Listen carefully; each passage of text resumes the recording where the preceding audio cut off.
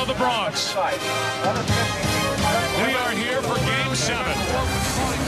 The Boston Red Sox, the New York Yankees. The winner of this game goes on to the World Series.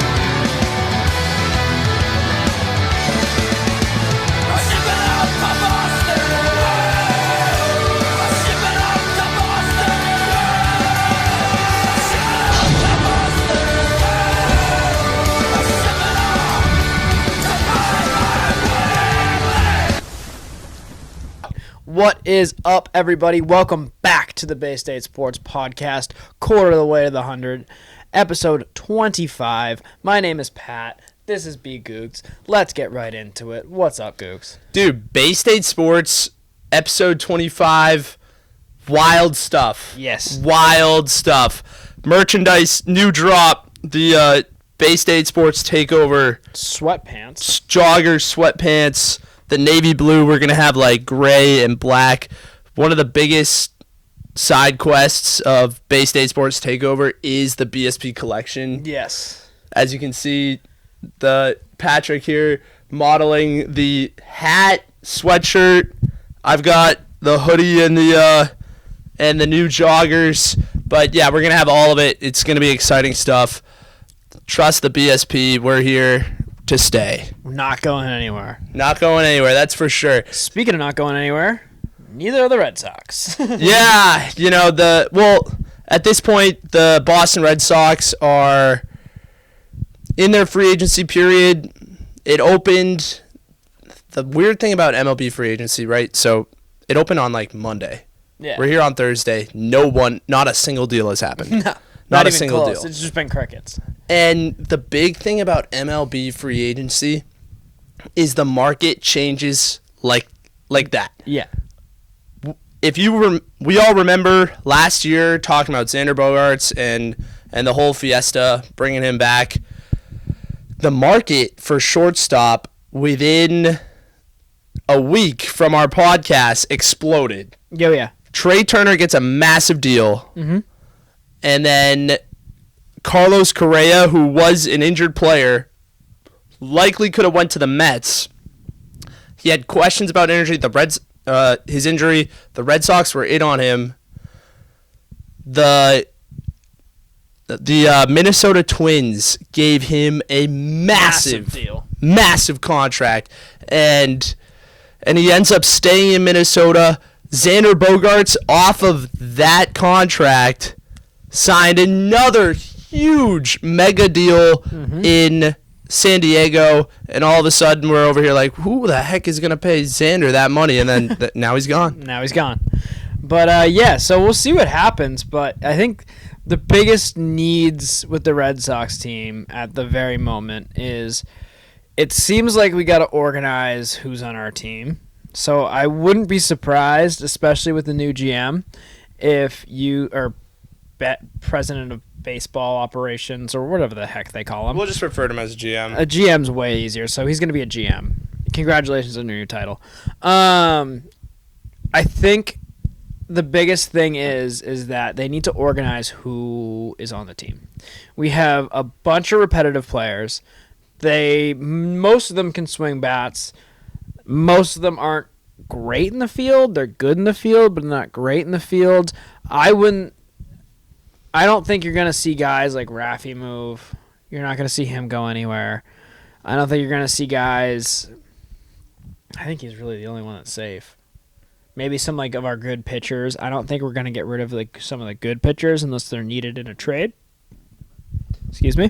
But I think one of the big things that you are going to see is more pitchers being added, more quality pitchers being added, and the back of the line pitchers being moved. Because I think you look at guys like Whitlock and some of the guys way at the end of the rotation that still have some value. I think other teams can look at them and be like, well, we can use them, and then you'll see them get bundled into a package for someone else. But I think what you're going to see is mostly free agent signings from the Red Sox, and then moving some of the less core guys. I could kind of see Doogie being moved. I can kind of see a couple of the other outfield guys that are kind of just DHs moved, MLB's been so far away. You thinking of Yoshida or Duran? I don't think Yoshida or Duran are going to go anywhere. I think Duran they have a lot high hopes in because he's kind of a special player with his speed, and I think he is unique. He's really proved that he kind of has a spot on the team. I think you can say the same thing with Casas with his bat and just his general IQ, and he's a pretty solid first baseman for a rookie. Yeah. I think he played pretty well for his rookie year, and I think a lot of these guys with a lot of upside are going to stick around, especially the younger guys with a lot of upside. Definitely. But I think the guys where you kind of know what you're getting from, Duvall, I think you know what you're getting from Duvall, but I don't think we're at the point where you're really just kind of sold on a big-time slugger. So I think he'd be more of the type of guy you'd see get uved. As much as that would stink because he's great, I think he's more of the guy you're going to see get moved rather than Tristan Casas or another young guy with a good talent and then you can just kind of mold them into the player you want them to be rather than, because that's kind of what you're looking at now. It's kind of a rebuild. By kind of, I mean it's a rebuild. But you're going to rebuild around the players you already have and then add more quality players that make more sense around them rather than just what... I already forgot his name, too. The old GM. Bloom. Rather than what Bloom did was just, let's just get a bunch of guys who can hit the ball really well and that can kind of play the field, and then we'll just get the rookies good, which is good. Now we have good rookies, but now we need to fill out the rest of the thing. Yeah, I mean, when it comes to the Red Sox, you are one of the cornerstone franchises of baseball. Mm-hmm. It's the Yankees, it's Dodgers. Chicago Cubs, Los Angeles Dodgers, and that's kind of the Mets, kind of the Mets. The Mets are just kind of like the Jets. Yeah, it's God, historic, but poor New York, man. They have one good team, and then everyone was like, "No, I don't want to root for the Yankees." Roots for the Jets and the Mets, and you're like, oh, what a miserable life that would be. Good riddance, honestly. Imagine how hard it would be to podcast about those two teams. People do. Well, yeah, they do. Talking Yanks with John Boy over there. Good for you, but it's brutal. But when it comes to the Red Sox, you are a cornerstone franchise. Yep. You should not be in the 12th to 14th payroll range. No. I'm going to get into that with the Patriots, of course, later at 31. Yep. But with the Red Sox, you're in that middle tier when you really should be in the top 5. Oh, 100%. Minimum top 7. Yeah. 7 to 10. Fair enough. Minimum. Yeah. But if you're contending, you should be in the top 5. You charge the most for your park. It is a historic park. It's a landmark in America. And it's a lot smaller than a lot of other parks. Yeah. To be fair. But you charge the most for your fans. You are a cornerstone. You are known worldwide as the Boston Red Sox. You're selling all that merch around the world, even to people who don't support the team. It's just the logo is so iconic. Like, same thing with the Yankees. The logo is so iconic that people buy it. It's a tale as old as time. Exactly. And so you have the money to spend, but John Henry wants to spend it on buying everything on the hotels and stuff, which is a whole storyline. Yep. We're going to get into it. The Patriots, teasing it a lot right here. A lot of teasing in the first segment. But you should be spending, and this is a big year to show that you're willing to spend and address the issues that have been plaguing the team for the last 5 years. You don't have any talent on this team. You need starting pitching talent. Yep. Number one. There are guys you can get in free agency. But we have Chris Sale. Yeah, trying to sell the fans on another year of Chris Sale as the ace is an entire slap in the face. Yeah. Last year it was a slap in the face, really, after 3 years The entire season. watching it.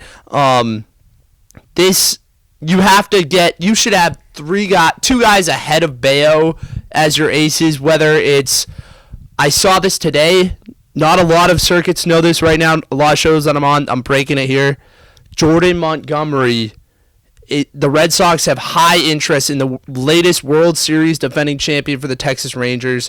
One of the aces on that staff. I mean, an ace for our staff for sure, but that staff is Eovaldi, Montgomery, Scherzer. Like, these are some elite names. But high-end talent. Jordan Montgomery is a younger player on that team with an electric arm. The Red Sox definitely should pursue. It's going to be a pretty steep price, but I think he did a lot for the Rangers in the playoffs, winning the World Series. Oh, absolutely. And you see a lot of the headlines going to our old friend Eovaldi, which yeah, right.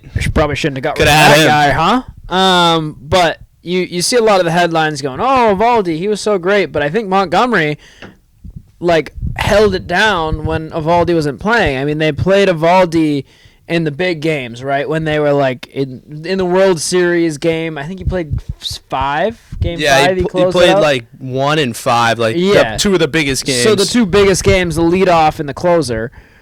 So yeah, that's their guy. Of course, great pitcher. We saw him here. He was great when he was here. And then, but I think in the middle games that people don't look at, not too many people watch the World Series this year, which is kind of a bummer. Yeah. But in the middle games where people were paying a little bit less attention, it was Montgomery who was holding it down. Yeah. And of course Scherzer and everyone else, but Montgomery is he's been in the same room as those guys, and he's been training with those guys, so he's seen what it takes to be that guy, which is a really cool thing to see out of a not prospect, but out of a guy you're looking to make an ace, which is awesome. Yeah, so good prospect for the Red Sox. He's a huge target for the Red Sox to get in free agency that you just spend money to get. Same with Yamamoto in Japan. He's a 23-year-old free agent from Japan who owns all of Japanese baseball. He is dominating. He's 23-year-old free agent. That's one of one. When players get drafted, they're 19 and they're under control till they're 26, 28, you know. This is a 23-year-old ace superstar that's available. I saw the kid for the Mets, another one of these Japanese superstars that came over, and he dominated. I'm blanking on the name right now, but filthy pitcher. Yamamoto is exciting. He's a very exciting pitching prospect. Go get him. Give him the contract. Put him in with Yoshida. Who's already friends with him. Recruiting process. Touched on that a couple of times. Put those two in front of Brian Bayo, and then maybe you run a Cutter Crawford and Chris Sale at the back of the rotation. That's something that I could live with. Oh, yeah, and obviously you're beefing up the bullpen a little bit too. I mean, I don't think it needs as much attention as the starters, and we know that our closers are pretty solid. We have some pretty solid Martin closers. and Jansen are good. They're some pretty solid closers, so I don't really worry about them too much. Get a couple of, and you don't need any superstars for the middle of the rotation, or for just the middle guys, but I think if you get a couple more guys who are solid and like proven to be solid, and because I really can't put a finger on who exactly that might be, but I think that's another target for the Red Sox this season, is just to solidify your pitching so you don't have to chase as much as we did last year, because we caught ourselves in a lot of situations where we were chasing teams because our pitching you were trying to come back like late in games. And we did a lot of the times until we were just defeated and done. And, one game under 78. Yeah. That's one to remember. I will never forget that. That is one for the history books. Yeah, but Rafi Devers said it himself going into the trade deadline that the offense is feeling way too much pressure to keep the team in games and to come back from deficits early from starting pitching. Now, granted, it's a mix of starting pitching and poor defense. They had the bottom two defense in the league ahead of only San Francisco. But big idea that I just remembered is this trade package for Chicago. Mm-hmm. All right. So if you want to roll with Marcelo Meyer, he is cornerstone shortstop, projected number 1 overall. He fell to you at pick number 3 or 5, something like that. A lot like a Jason Tatum. Yep. Although, there's a little bit of shenanigans in there. Yep. But he basically, number 1 prospect in the draft, falls to you, you get him. So, if you believe in Marcelo Meyer and he's your guy, which I do, I'm giving him time. He went through an injury. I think there's a good argument to say that is the thing, yeah. People will argue that he should have been in AAA by now, but I'm going to say he had an injury. He has to get through that and adjust to AA baseball before he's ready for AAA. Yep. So if you're basically all this in stride, you're keeping Meyer. Roman Anthony, you could be willing to part with. If you are, which means that you look at the Red Sox right now and you see a package that merits a Roman Anthony, because the number 1 player in minor league baseball last year, if you are willing to part with a Roman Anthony, a trade package to Chicago, including Roman Anthony as like the key prospect, and Alex Verdugo, who you can clear out if you're going to bring in, we're going to get into Chicago Cubs, Cody Bellinger, if you're making room for him, superstar outfielder with power and athleticism. Yep. If you're going to move on from an Alex Verdugo and a Roman Anthony, and you throw in a pitching prospect like a Garret Whitlock, move Tanner Houck into that closing role with Jansen and Martin. Yep. So you're putting in Roman Anthony, Alex Verdugo, Garret Whitlock, bring back a Luis Robert Jr. from the Chicago White Sox with a Dylan Cease. Dylan Cease is a 27-year-old starting pitcher. You put him in that rotation, put Sale to the 5th man. Dylan Cease is right there with Bayo at 3 and 4. And then you have Yamamoto and you have Jordan Montgomery at 1 and 2. Luis Roberts is a power right-handed bat that's a great outfielder. He adds that righty depth that you need because Casas and Devers are 2 lefties. You've been lefty heavy all year with Yoshida, Verdugo, and Duran and Casas and Devers. All these guys are all left. You had 1 righty. It was Duran. Yeah. Not Duran. Duvall. Duvall. You get a right-handed bat. You get another really good pitcher, Dylan Cease. Honestly, he's about Brian Bayo level. Yeah. And then that puts Sale at the number 5, and then you put Houck up top to the closer. And I think Garret Whitlock already fills his role. Like, you have enough Garret Whitlocks with a Josh Winkowski and a Chris Murphy and all these guys. Yeah. Yeah. No, that's, clearly very thought out, and it makes a lot of sense. The way... It's hard to move on from Roman Anthony, but I think if Meyer's your guy, you could. And really, you might should. What the issue with Chaim Bloom was, right? And why I think we moved on from him. Granted, there's debate on whether we should or shouldn't have. Excuse me. I still think we made the right decision by moving on from him, because he would be good for a team that wasn't a cornerstone baseball team. Milwaukee Brewers, he'd be amazing. Arizona Diamondbacks. Like somewhere where he can rebuild a team and bring in and do it the right way. Kansas City Royals. Exactly. Like those type of teams where they're building up a team to be like a homegrown team. 10-year timeline. Yeah, exactly. A long-term timeline. The Red Sox can't be that.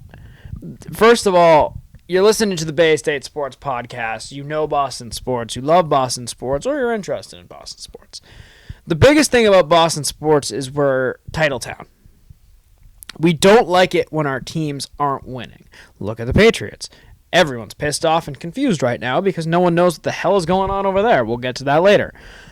Red Sox. Last season, the season before that, we get just close enough that we get close to playoffs, and then we just die.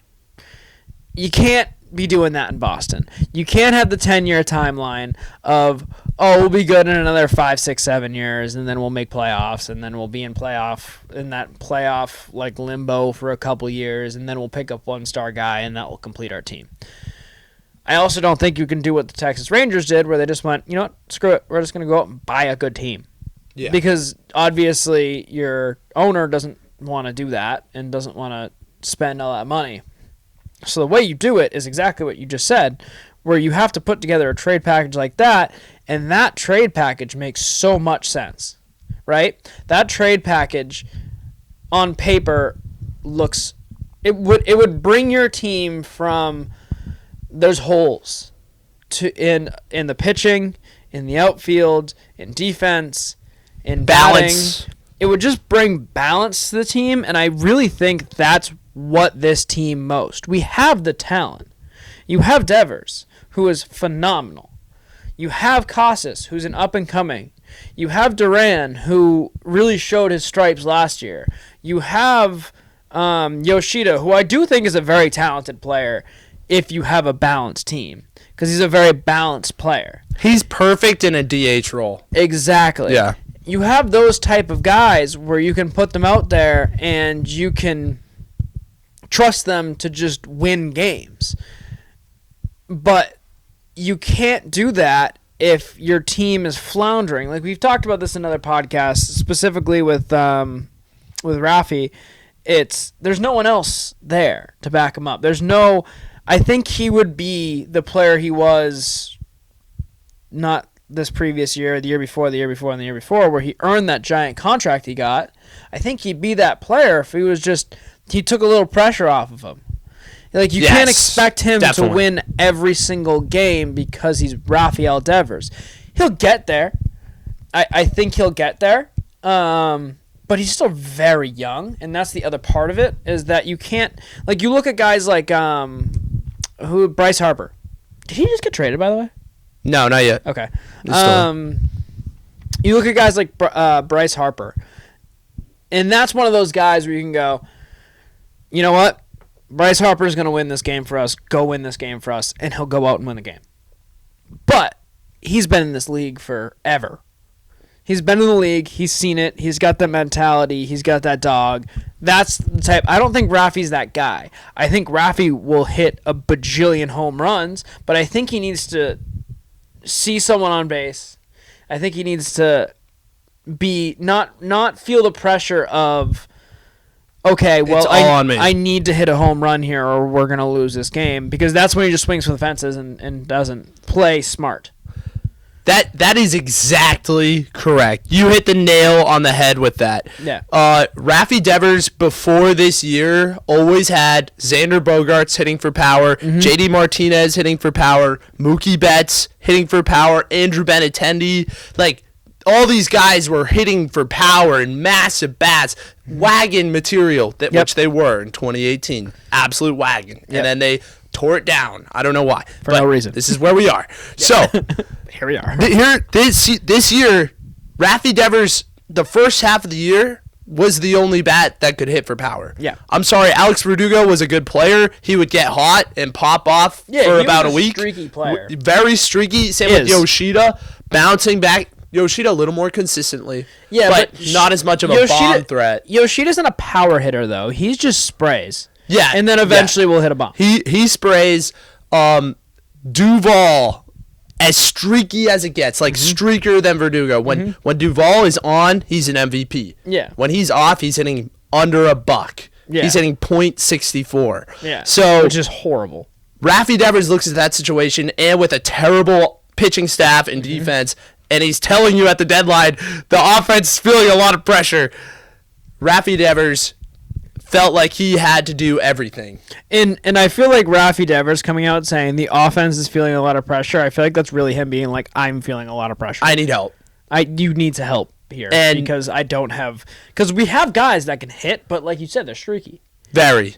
Now, Casas turned a new leaf at the second half of the season after the All-Star break. He became the hottest hitter in baseball, and he stayed the hottest player in baseball for 2 to 3 months, 2.5 months, until he got injured in September and he stopped playing, which got him all the way from the worst rookie of the year to finalist in the rookie of the year conversation. Which is an insane thing to do. Insane turnaround. Yeah. A lot of it came to choking up on the bat and adjusting his swing, swinging quicker. He's a smart player. He knows what pitch is coming. Yeah. But he was just a little late on his swing. And I feel like he was also very self-conscious, forcing walks and just a little nervous out there in the beginning. Yeah. But I love that kid. I think he's a great prospect. Yep. Great player. But, you got to build around those two guys. Juan Soto and Cody Bellinger are the superstar bats that the Red Sox could look to get. Of course, Shohei Ohtani, we've talked to him ad nauseum. Yeah. But Juan Soto wants out of San Diego. That's a trade package because he's under contract in San Diego. If you're not willing to do the Chicago White Sox move, you can still you have a top 3 farm in baseball. So you have the prospects. You can use these prospects. I just don't think to cash in. I don't think they're looking for prospects though. I think that's the only issue. San Diego? Yeah.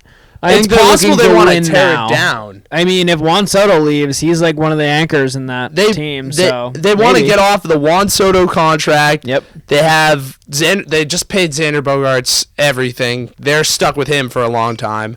What is it, like 11 years or something like that? Yeah, it's like a 10-year deal for a 28-year-old player, 29-year-old player. Insane. I think he's 30. Yeah. Xander by now? Yeah, he's probably around there. He's probably like 30 years old. So they're going to be paying him till he's 40 plus. Which is insane. I don't know why they would do that, and that's the only That was the shortstop market. Yeah, it's a good point. Yeah. That was we just talked about that. That was the show. It was crazy. Pay more attention, Pat. Come on. Everyone was like, they gave him what? And it was because of the Turner and the Minnesota Twins with Carlos Correa. Yeah, they panicked and overpaid. And all of a sudden, the shortstop market just exploded, and Xander Bogaerts signed a deal that I was like, Bloom, I don't blame you for not signing that deal. I blame you for not getting this done earlier. Yeah, 100%. Yeah, and that was another one of Bloom's biggest downfalls. Is he went into the year without a shortstop. Yeah, he was always afraid to pull the trigger. Yeah. So I'm excited for this new guy. What are your thoughts on this new GM? Have we talked about this yet? Breslow. We talked about him in the last podcast. Yeah. I listened to his press conference and I wasn't blown away because he tried to act like the smartest guy in the room. But you know what? He hasn't made a move yet. I'm gonna wait. Yeah. Before I make any judgments, I'm gonna wait, see what he does. I'm looking at Cody Bellinger in Chicago. That's a superstar player who is available, and he got injured, and the Dodgers have a little bit of a losing mentality when it comes to playoffs. Like, I don't blame Cody for wanting to get out of LA. They won one year was the Mickey Mouse year, just like LeBron. Yep. 60 games season, when the MLB, the whole thing is it's a marathon. Yeah. That's a big part of the sport. So the Dodgers, Mickey Mouse ring, whatever. Still counts, but barely. And then he goes to Chicago and tears it up. So that's a player that I would like the Red Sox to be in on. Same with, if you're not going to do the White Sox package, I like a move for Juan Soto. I think that's some big star power the big star power with Cody Bellinger. The Red Sox should be spending. We talked about this in the very beginning. They shouldn't be 14th in payroll. They should be in the top 5. Yeah, agreed. Especially with everything going on with the Red Sox. And John Henry's obviously got the money. He's going out left and right buying sports teams, so he has the money. Him and his Fenway Sports group, or whatever the hell they call it. But so my question is with the Red Sox, who would you rather have? Would you rather have like a Bellinger or like I always forget how to say Yamamoto? Yamamoto, yeah. Like if you had to if John Henry came to you and said you can have one of the two, which one are you picking? Yamamoto or Cody Bellinger? See, Yoshinobu Yamamoto. That's gonna be really hard for me to figure out. We'll just call him Yamamoto. We're just gonna go. We'll find a nickname halfway through the season. Don't you worry about it. He has the potential to be Cy Young.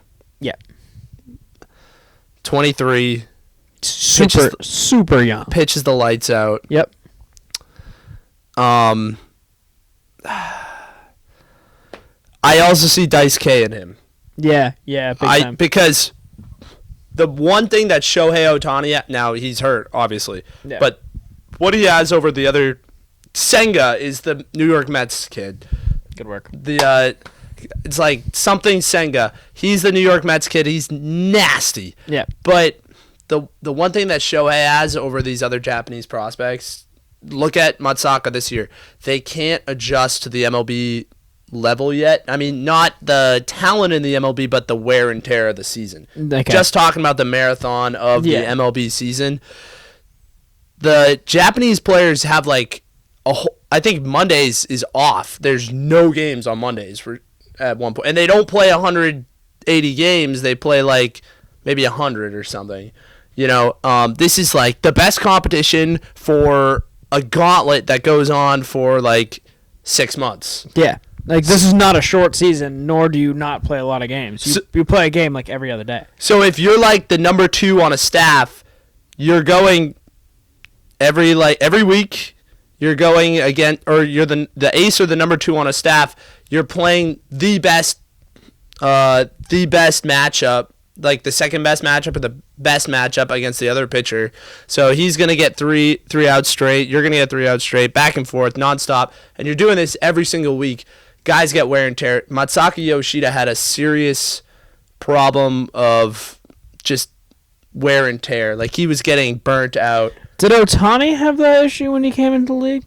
The thing about Ohtani, see, thank you for bringing me back. The thing about Ohtani is he's been in the MLB for so long. Yeah. Like, he got scouted to join the MLB way back, probably like 8 years ago or something. He's been in the league forever. 5 or 8 years. Yeah. He's been in the MLB for so long that he knows this game. He knows how the MLB season goes. Yeah. Whereas these other kids, Senga, Matsaka, and now Yamamoto, they're brand new in this, and it takes a lot to adjust. I mean, Yoshida was getting like weeks off at points, and you were like, "Where's Yoshida?" Like, well, he has problems with just adjusting. You know, like he's just gassed. Which is fair. And you could tell when he was not fresh, he looked bad. He was just swinging at terrible pitches, and there were problems with that. Yeah, there was problems with the Red Sox too, but that was, and so because of the transition issue, are you willing to wait for I went Yamamoto? So far around in that. Oh, I'm bringing it right back to all your points here. Are you willing to wait for Yamamoto to adjust, or are you going with the win now? And I'll chime in on what my thoughts are on this, because I have thoughts on this. Are you going with the win now of Cody Bellinger? What I saw from Cody last year, he looked like he was. It's like when you feel like you have something to prove, almost like JD Martinez last year, or Nathan Eovaldi, like your old team doesn't want you anymore or whatever. So you go and you just go crazy. That's what I saw out of Cody, and I think Cody is that guy that they need for power, star power, and bat power. He's athletic. He's a great outfielder. He's like a perfected Jarren Duran. You put him in center. You put Duran in like right, and then if you do this move, that means you're doing the Chicago White Sox move too. Luis Robert in left, and then you bring in Dylan Cease as the pitcher instead of Yamamoto, who I think I trust Cease more at this point. I think the ceiling on Yamamoto is through the roof. But I think Dylan Cease is a really good pitcher too, and I'd go with the Chicago side with the Cubs and the White Sox, bringing Cody Bellinger, Luis Robert Jr., and Dylan Cease as opposed to the Yoshinobu Yamamoto route. Okay, so you changed my mind on it because I was gonna say we should probably go down the Yamamoto route, and my reasoning behind that is that the ceiling is crazy. The ceiling is crazy, but we're not really a win now team as we're built. But the way you're putting it is, if we do the trade, we probably can get right in that conversation. So yeah, because you'll have a solid outfield. You're solving our problems essentially with that trade. You have a solid outfield, which your outfield sucked. Everyone knows that defense sucked, outfield sucked. Your bats are still hot because you still have the quality bats. You get protection for Devers. You get protection and for Devers. And you get righties. And you get pitchers. So, yeah, I think that you're right. I agree with you. I think that's the right move. My only thing is you're in the opportunity to get the guy. I think if you're John Henry, you just have to swallow the pill and say, yeah, we're doing it. I think you just do. It's easy for me to say because I'm sitting on a couch talking about baseball and I don't have You're not cutting the check. I don't have any money actually invested in this, but I think you can make a lot of money if the Boston Red Sox are from a purely business standpoint. I think you can make a ton of money with the Japan market now investing in your team, with Yoshida and Yamamoto. Yamamoto, who I'm sure Japan knows, is one of the greatest pitching prospects there is. Yeah, no, I'm sure they're well aware. He's the number one prospect right now. I'm sure they're well aware of that. So you have him, and then you do this trade to solidify the team. So he's not just coming here and stinking. He's coming here, and everyone's getting excited about it because you can have the Japan fan base going, look, those are our two guys. They're excelling in the Red Sox, and they're the reason why jersey sales go up there. You have jersey sales go up here because we have exciting guys playing in a winning team, and now your teams are, and now you can bring ticket prices back up to where you want them, which are more expensive than normal, which kind of stinks for us, but it's fine because I get to watch. As long as if the team's good. If the team's good, you know what? I'll still go to a couple games. Not as many, but I'll be at the games. Fenway, yeah. You can always find tickets at Fenway on like a Wednesday afternoon and be like, I might as well go for $10. But yeah, no, it's one of those things where it's. I think you can get away with it. And I think you should do both, not only from a team-winning perspective, but if you're John Henry, who hates spending money, I think that would be a good justification because I think doing both of those would bring in a bunch of money. John Henry, if you're listening, hire me. But yeah, no, I think the realistic goal is to do both, obviously. Yeah. But if you're going to do one, do the White Sox. I agree with you on that one. Yeah. Because it makes the team more full. Yeah, that route is Cubs and White Sox trade and free agency. That's so appealing. Just the thought of Cody Bellinger in a Red Sox uniform is wild to me. Yeah, I'd probably get that jersey. I would in a heartbeat. Yeah, of course you would. But can we throw it back to the podcast where we had all of those jerseys lined up in front of the pool? Those Mr. were all Sox his, by jerseys. the way. Those were all his. None of those are mine. I have one Devers jersey. But I'll put my Celtics jerseys in front of the pool next time. Yeah, we'll do that. But no, yeah, I agree with you. I think that I like that trade. I like that trade a lot. That's actually a well thought out trade. Have you ever thought about being a GM? a lot of times. All last season. GM Brennan. I would like to be the GM of the Red Sox and the head coach of the Celtics. God, yeah. We'll get into that. But, yeah, I mean, final point regarding the Red Sox, and John Henry in particular. When he first took the team, he loved spending. This was his baby. Mm-hmm. You know, like he bought the Red Sox because, you know, big market, but Globe guy. Cursed franchise, Mm-hmm. could not get over the hump against the New York Yankees. Yep. And he spent big. You know, he went to go get Manny Ramirez. They already had Ortiz, but he spent big for Ramirez and big pitchers like Kurt Schilling and I think Kevin Lowe. It's funny, I already knew who you were talking about. I was like, yeah, it's not Clay Buchholz, but yeah, it's Kurt Schilling.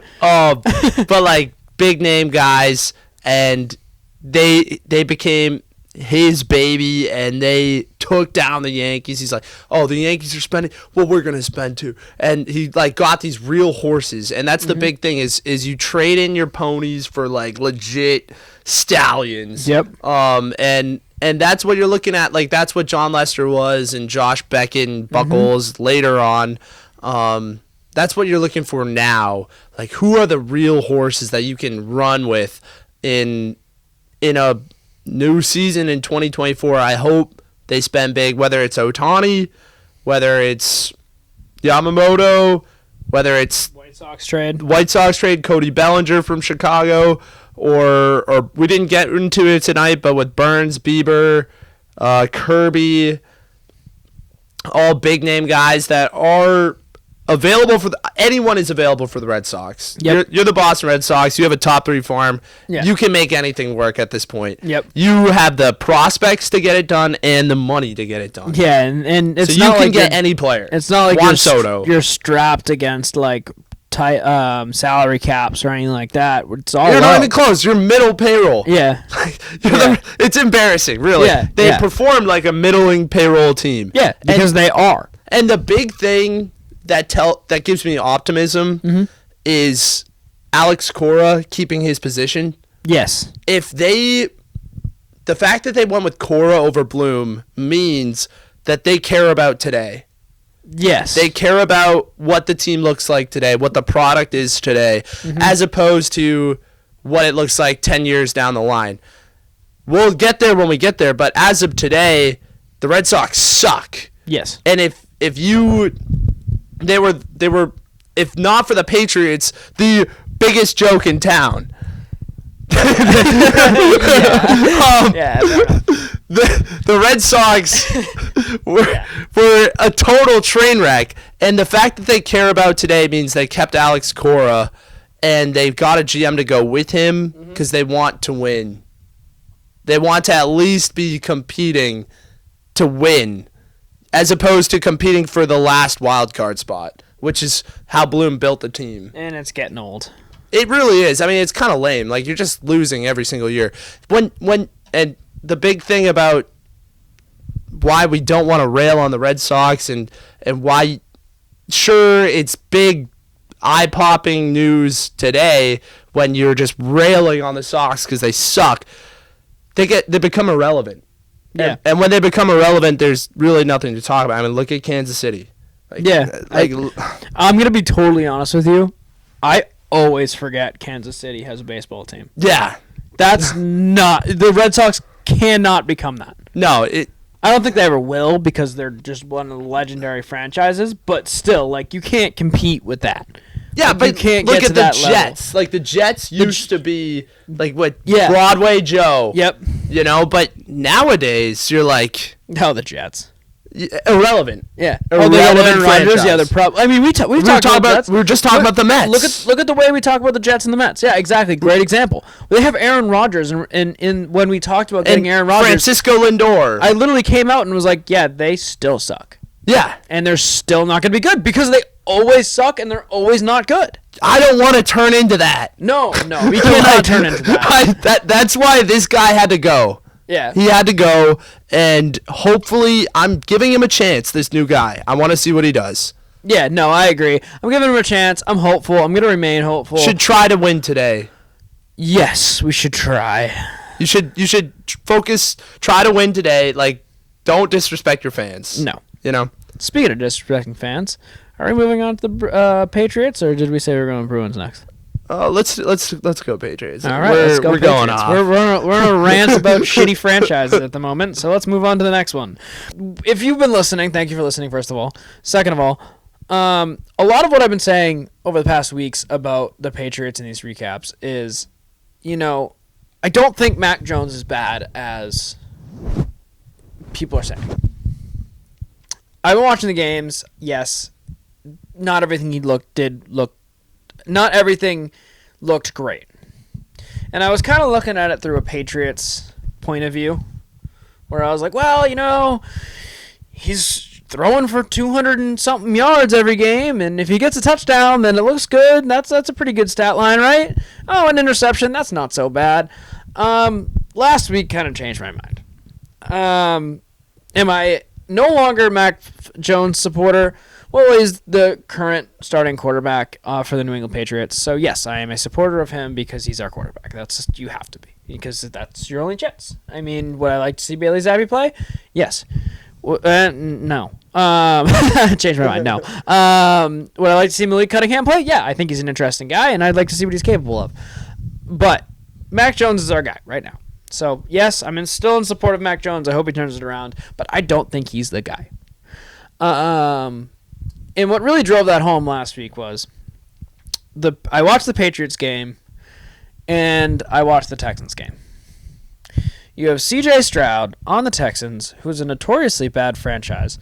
C.J. went crazy. And he scored like 3 or 4 touchdowns. Yeah. When was the last time Mac Jones did that? He's in year 3. And I talked about this in the recap.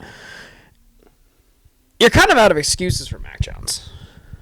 Right? First year was, it's his rookie year. Next year is his prove-it year. Let's see if he could do it again next year. Next year rolls around, you have Matt Patricia. Well, Matt Patricia was an incompetent coach. He sucked. He had no idea what he was doing. It's not Mac's fault. It's Matt Patricia's fault. We're blaming him. Let's see what he could do next year. We're going to go out. We're going to get him some competent receivers. And we're going to get him his offensive coordinator. Now, do I think Bill O'Brien's doing a good job? Yeah, I do. I think he's doing pretty well. Do I think Mac Jones is doing okay? Yeah, sure. He's okay. We're losing games, and the team kind of sucks, but he's okay. So do you turn around and start going, it's the receiver's fault, right? Because I heard that a lot. That's the next thing, yeah. I heard that a lot after the last game. I would say no. The Juju drop last week. Was that Juju? I think it was Juju.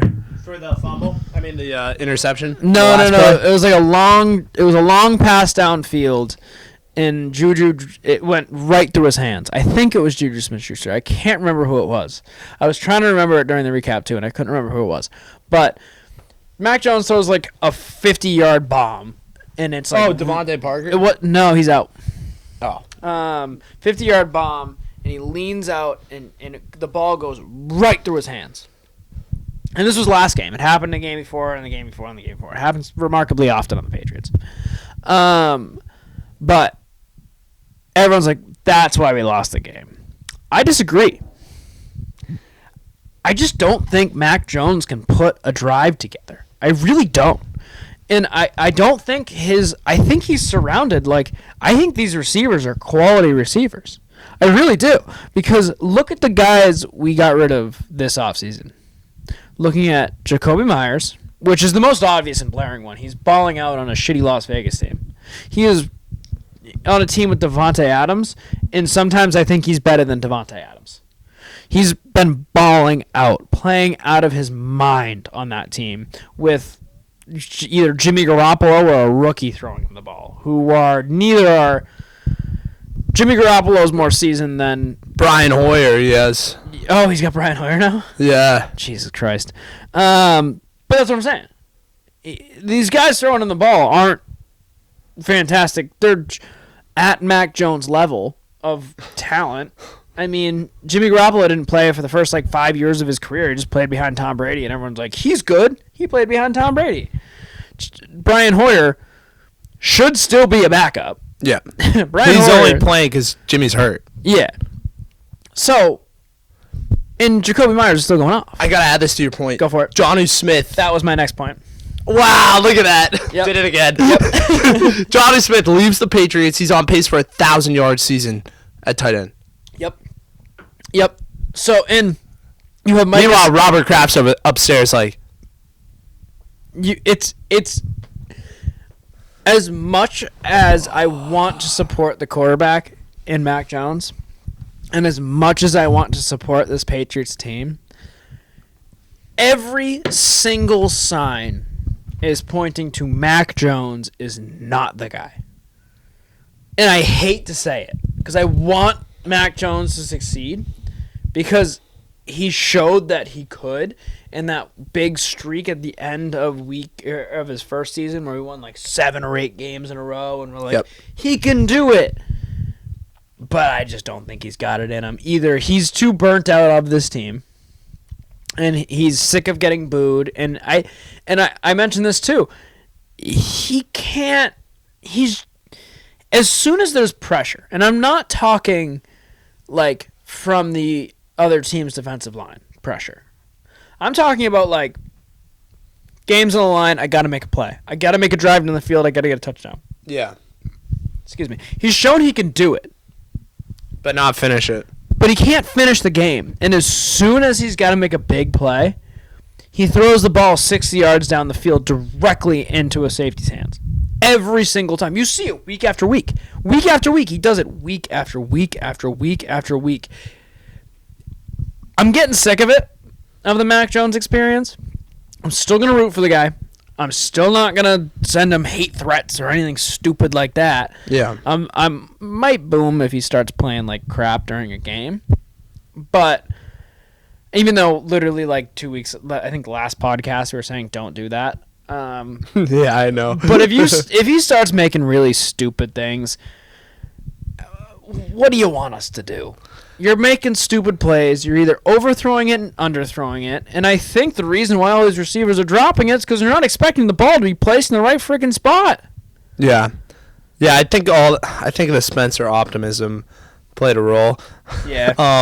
Shout out Spence. Shout out Spence. But basically when it comes to Mac Jones, I said this year was his prove it year. Yep. I said rookie season, he was like the 7th alternate Pro Bowler. Still made it, so props. Yeah. You made it. That Patriots in your resume. made the playoffs that year. Mm-hmm. They got slammed against the Bills. And then last year with the Matt Patricia offense, I said this isn't on Mac Jones. Matt Patricia sucks. We had a whole clip on that. Yep. Matt Patricia sucks. And he does. And yeah, I mean as an offensive As coordinator, an offensive coordinator, he's horrible. he's not the guy. Yeah. And I said Mac Jones deserves one more year. You're just not that guy. And we're here. This is the year. We're halfway through, and he's not the guy. No. Now, am I going to go get a bunch of weapons and run it back with Mac and see if it works? I'm not wasting another year on this kid. I'm sorry. No. Like, I think you have enough weapons. You see it, and that was my point with Jacoby and Giannou. yeah. You're fine. The offense is fine. You don't need to go out and Devontae Adams isn't going to change anything if Mac Jones can't get him the freaking ball. Yeah. We literally sound like Felger and Maz, and I really don't mean to, but it's it's just so frustrating. At this point, Because it's just, why are we still doing this? at this point, you can't defend Mac anymore. No, you can't. It's The team's 2-7. Yep. They look like they're they can lose to anyone in the league. I believe they're they're 4th in draft. They're pick. 5th right now. Are they? Yeah. The way it goes, Arizona has the first pick as of now. So the Chicago Bears own Carolina's pick. Mm-hmm. So Chicago has the 2nd and the 3rd pick, Which is insane. which is wild. But the two of them play and tonight. the Giants have the 4th? Giants at 4, Patriots at 5. The Patriots-Giants game is huge. Mm-hmm. And then the Cardinals-Bears is huge. Because if the Bears win today against the Panthers and then they beat the Cardinals, Oh, it's Thursday. It is Thursday. Oh, sweet. So we can watch that game once we finish our podcast. Perfect. But sorry. Once if the Bears win 2 more games and the Patriots don't win any more, all of a sudden you slide into that 3rd spot. Yep.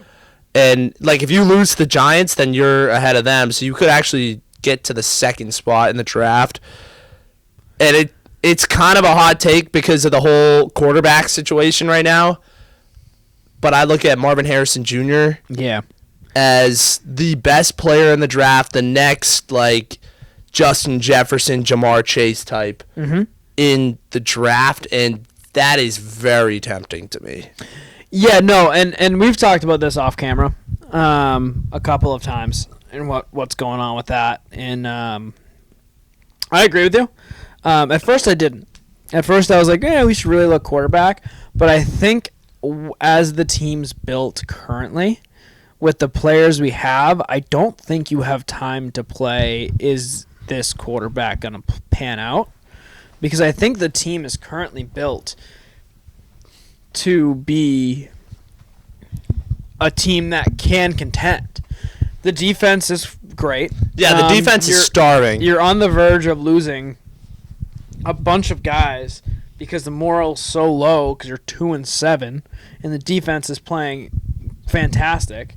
I mean, granted, there's a lot of holes because there's a lot of injuries, but the guys aren't getting down over injuries. The guys are getting down because, and the defense is. Let me rephrase this. The team is still putting up quality defense without a lot of their their 2 best defensive players. They're still playing fantastic. 3 best defensive players. And they're still playing pretty good. With a terrible offense that keeps the defense on the field the whole game. The entire game, and they get tired. You saw it last year with the Broncos. The Broncos started the season, and they wouldn't give up. They would give up 1 touchdown and have 2 pick sixes a game. And towards the end of the season, they were just giving up everything because the guys get tired. Gassed. They're gassed. You need to have an offense to complement your defense. We've said this a million times. You could be really in order to be a good team that can go all the way, you don't need to be perfect on both sides of the ball. You need to be really good on one side of the ball, defense, and competent on the other. And competent on the other, enough to win a game. You can't win a game just playing defense, and you can't win a game just playing offense. Look at the Chargers. Look at the Chargers. Look at the who's another team like this? Like the Cardinals. Yeah, the Chargers, the Cardinals back when Kyler played there. There's so many teams that are just offensive heavy, which is great because they're a fun team to watch, even though they lose all the time. The Vikings. The Vikings, thank you. That's what I was thinking of. Those type of teams, they're so invested in their offense, they don't have money for the defense. And then the defense is just getting trash. carved up. But you just need a good enough defense that your offense isn't that your offense can do their thing, and you can hold off enough points that it's not close. And right? Yeah. I know it's before Veterans Day, and I'm really locked in on the draft. That's how we are at 2-7. I'm really looking at the draft. You have to look at it that that's way. There's no other bright spots about this team. If I try to look at the actual record and trying to win the next game, it actually hurts us more in the long run. Granted, we're probably going to win out. Yeah, right. But the biggest mistake the Patriots could make is if they stay at 5, which in all likelihood could happen, right? Yep. I'm wondering how that Giants game is going to go because the Giants are really bad and Daniel Jones is hurt. But, they have Saquon, and Saquon could just run you over. Although Saquon hasn't been great this year either. If you start Bailey Zappi, then, you have a shot at number 1 overall. Mm-hmm. But the biggest mistake the Patriots could make is at 5 drafting a quarterback. Yeah. At 5, which is a guy that isn't a Caleb Williams or isn't a Drake May. If you drafted Michael Penix or Bo Nix all the way at 5, where that is bust territory. It's Mac Jones 2.0. And that's what you're asking for at 5. I'm not coming at Cole Strange the player. Yeah. I'm coming at Cole Strange the first round pick. The first round pick. Yeah. As a player, average player, that's good. Pretty good player, yeah. Good guard, Yeah. Good right guard. Probably one of the bright spots in that guard besides David Andrews. Yeah, he's a guard with, you got David Andrews at center, and then you got Onwenu now at right tackle. Mm-hmm. Cole Strange has done his job fine. He can't stay on and off the field sometimes, but I think he does his job. Yeah, he does what Bill wants, which is to do his job. But that pick is brutal because there are like weapons at that spot where you could have taken one. If you take like a Michael Penix who you could have got in the second round or like late in the first round, like Bo Nix, late in the first round, instead of who they're supposed to get at 5 is an offensive tackle, like the best offensive tackle in the draft, you just take a quarterback there, that is killer. Like the team is starved on talent between the offensive line, between wide receiver, between quarterback. All three need to be addressed. It never happened last draft. Nope. Granted, they did get the best player in the draft, in my opinion. I would say two of the best players in the draft because Demario Douglas in the 5th round. Well, the steal of the draft. It was a steal. The steal of the draft. Fair enough. Gonzalez was the best player in the draft. Yeah. Like, no other player right now is locking up Tyreek Hill the way he had or locking up A.J. Brown. Yep. The level of competition he had, and he just rose to the occasion. There's no better. I mean, C.J. Stroud had a hell of a week, but I think Gonzalez is better. Best player in the draft. Yeah. But there are issues that need to be addressed between tackle and quarterback and receiver. If you don't fall into the top 3, where you can't get Marvin Harrison or Drake May, because I think Arizona's got it locked in, but we'll see how that Cardinals-Bear games go. Yeah. If you don't fall into that top 3, you have to take the best player available that you need, which is an offensive tackle. Agreed. You need, like, the next left tackle, because Trent Brown... He's old, man. I'm done with Trent Brown. Like, Yeah. they had to pay him extra incentive to get him to practice, I'm done with Trent Brown. I'm done with him. He's a good player-ish. When he's locked in, he's a really good player. But he's not. Especially on this team, like, he's checked out. Yeah, he's done. So, and he's older, too. I think he's like 30-something. Yeah, like... And, like, that's old for a lineman. Yeah. So never mind, they went to... They were like, let's get Riley Reif and Calvin Anderson as our offensive tackle free agents, and they're like 36 plus. Like that just looked terrible. There's issues that need to be fixed. Yeah, there's big issues. Plenty. But I think if you're going after someone in the draft, I don't think you should go after a quarterback, like you're saying. I think your best option if you're New England, like I said, the offense is a solid offense. If you get a quarterback that can actually throw them the freaking ball. And there's other ways to get the quarterback, I have a question. I wanted to give Baker a shot here. What about Kirk Cousins? Yeah, so... He might be available. So a lot of people talk about Kirk Cousins. I mean, he's like Mac Jones, but he doesn't crumble under pressure.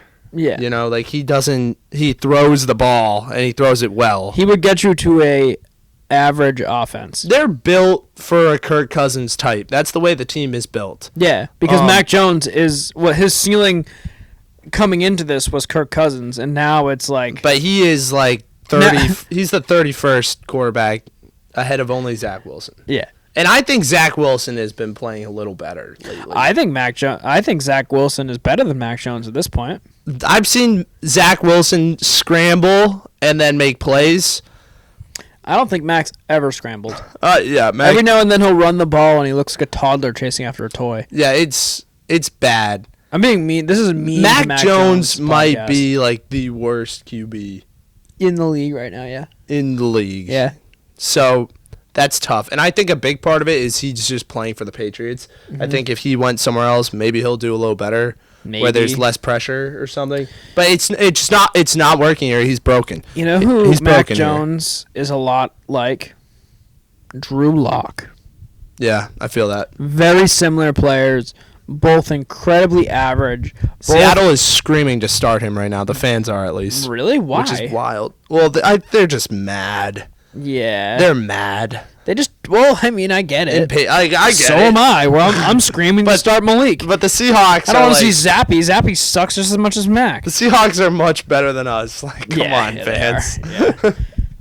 But still. Do you want to move into our tier list?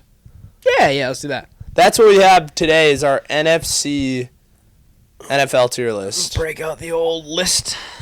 So, of course, as always, now, regarding our AFC, just a little recap.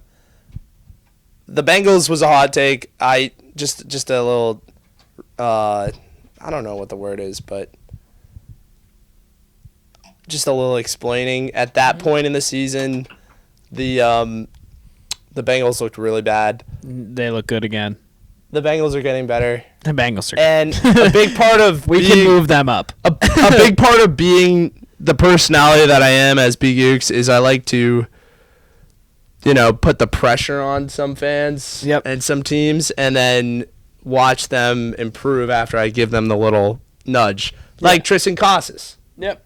Tristan Casas, we went to the game against Colorado and I said, get rid of him. Go get Vladdy. And then ever since, the kid went crazy. So I stand by that. You're welcome, Bengals. I stand by that. I'm a big Bengals guy if you look at the tapes last year. Yeah, it is true. He is a big Bengals guy. I do love the Bengals, so Joey Cool is his guy too. There might have been a little bit of recency maliciousness. Maliciousness going on when I put that ranking. And to be fair, we didn't know how quickly Joe Burrow would come back from this injury if he did. And if he stayed injured the way he was, that would have been a very fair evaluation of that team. Yeah. And to be fair, it was a good evaluation of the team at the time. At that point. The Texans, we were dead right on. The Texans are a good team. And, I was confident in that pick in C tier. And they're challenging B tier. Right now. So next week we will do an updated list for the AFC. All of our Bengals fans out there. Don't worry. We got you. Baystate has you. Anyways, let's start in the NFC. Today is the NFC. Do you want to go top down? Yeah. Yeah. Eagles are the best team in the NFC. I don't think they're on their own, though. No. In their own tier, I don't think they're on their own. No. They're not like the Chiefs. I think the top three teams are Eagles. Can I say one? Go for it. Detroit. That's the number 2 team. Yeah. And I think they're in the same realm as the Eagles right now. Yeah, I think it's Detroit and Philly are at the top. Mm-hmm. And you have another bias about San Francisco, so I'm going to let where do you put them? I think that the San Francisco 49ers, I've seen it happen way too many times where I get way too invested in them and what they have, right? With Debo, with Ayuk, with Kittle, and CMC. CMC's the guy. I know. He's so good. I know he's the guy. Dude, he's so good. You can't argue that he's bad. No. You can't say, if you say CMC is not a good player, you are no longer allowed to have any opinions. You lose your credibility across the board in the industry. Yeah. If you call out CMC. Yeah. And watch Skip Bayless next week is gonna be like, CMC is a bad player. No, CMC is the only thing that keeps the Niners in the B tier, or the A tier. Oh, okay. I was gonna say B tier. In the A tier. I don't think that team is really good, but I also think I don't know if they'll stay there. They feel themselves way too much, Yep. I think Brock Purdy is not him. I think he's a good player. I think he's middle of the road Baker Mayfield type. Yes, but agreed. But he's not. He's not he's no Tom prime Brady. Matty Stafford. No, Matty Ice, or Joey Burr. No, Joe Burrow is a significantly better quarterback than Josh Purdy. Brock Purdy. Thank you. Yeah, I think Brock just had everything around him. And same thing if Mac Jones is on the Niners, it would look exactly like this. I 100% agree. Two of his guys are hurt, and he looks terrible. He's forcing balls to George Kittle. When the throw isn't, there's a corner and a safety on Kittle, and Brock's I can thread the needle. And the only reason he feels like that is because almost his whole career, he's had the best receiving core in the league that always have like 2 feet of separation. Yeah. Every single throw. Yep. So now he feels like he's the guy, and his offensive line is unbelievable. Yeah, and he has like the best defensive linebacking setup and the best offensive tackle guard setup in the league, and the best running back in the league, who's also the best player in the league. Yep. In CMC. He's had it all the whole time, and as soon as you like take just a little bit away with Debo, and you're almost like an average team with an amazing line and amazing defense. Yeah, he crumbles. He's crumbling. Like Mac Jones. I don't trust Brock Purdy. I don't either. But I still think he's a quality quarterback. And the team is so good around him that like they're still A tier. Yeah. They're not like they're not on the level of the Lions. The Lions have grit. The Lions are their head coach. Their head coach makes that team. I love that team, and I'm notorious. I've said it on the podcast. I am not a Jared Goff fan. I think Jared Goff is a puppet, and I don't think he's that good until he went to the Lions. Yeah. I think he's no longer a puppet because I think the head coach beat that out of him. Yeah. I love that guy. That guy's awesome. I would take Campbell, him. right? Yeah, he's Campbell. awesome. It's kind of funny looking at the rankings of NFC because it's pretty much where it should be. I think we start going into the B tier. Well, A first. Is it just the Niners or anybody else? I would say A is Niners, Detroit, and Philly.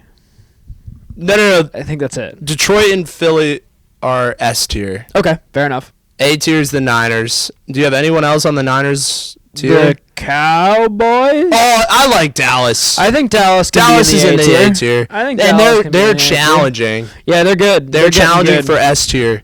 You heard it here first. I'm high on the Dallas Cowboys. High on the Cowboys. I think the Cowboys can be good. Now, am I high on Tony Pollard? I think he's a really good player. He's really good at early down back to get chunk yardage. Yeah. But I don't trust. I wish they still had Zeke and I love Zeke here. Yeah, Zeke's great here. I like him a lot. I think Zeke on that team was really good at punching in the touchdown. Yeah. But on the other hand, what Dak is doing this year looks really good. Dak's been fantastic this year. He looks locked in. Can he do it? Out of the Patriots. Can he do it in the postseason? I hope so. I have to wait and see. Yeah. But the tight ends look really good. Mm-hmm. And then of course the receiving core, Michael Gallup, and it's not Amari Cooper anymore. Who's CeeDee Lamb? Mm-hmm. CeeDee Lamb looks like a stud in Dallas. Yes, CeeDee Lamb has been fantastic. He is a star. I like him. And then the Dallas Cowboys have a tremendous defense as always. Micah Parsons is the guy. He's fantastic. And the corner room there. I think the Dallas Cowboys are in A tier right now, challenging for the S tier. Mm-hmm. High on them to hopefully win the NFC. Not an Eagles guy. No. But the Eagles are right now. Like, give them their flowers. Give them their flowers. They're good. They're on top. Yep. So that's A tier. I think after that it's B tier. DeAndre Swift is a huge pickup for them, but let's move into B tier. This is kind of where it gets weird. So the way the standings are right now, it goes Eagles, Lions, Niners, Saints, Seahawks, Cowboys, Vikings, Commanders, Atlanta, Tampa, Green Bay, Rams, Giants, Bears, Panthers, Cardinals, oh my. There might not be a B tier. Can I just look? I think half those teams are in the C tier. Like maybe the Seahawks. Maybe though, because they don't really have a quarterback. That's Geno, solid. The Bucks are under 500. That's wild to me. The Bucks should be better, but I wouldn't put them in B tier. I wouldn't put I might put the Saints in B tier, and here's why. Derek Carr, I think, is good. I think Kamara is having a really good year too. Kamara's back, and he's having a great year. Taysom Hill, fantastic. And their defense is also really good. Yeah, their defense is awesome. Their defense is really good. So you know what? I put Saints in B tier.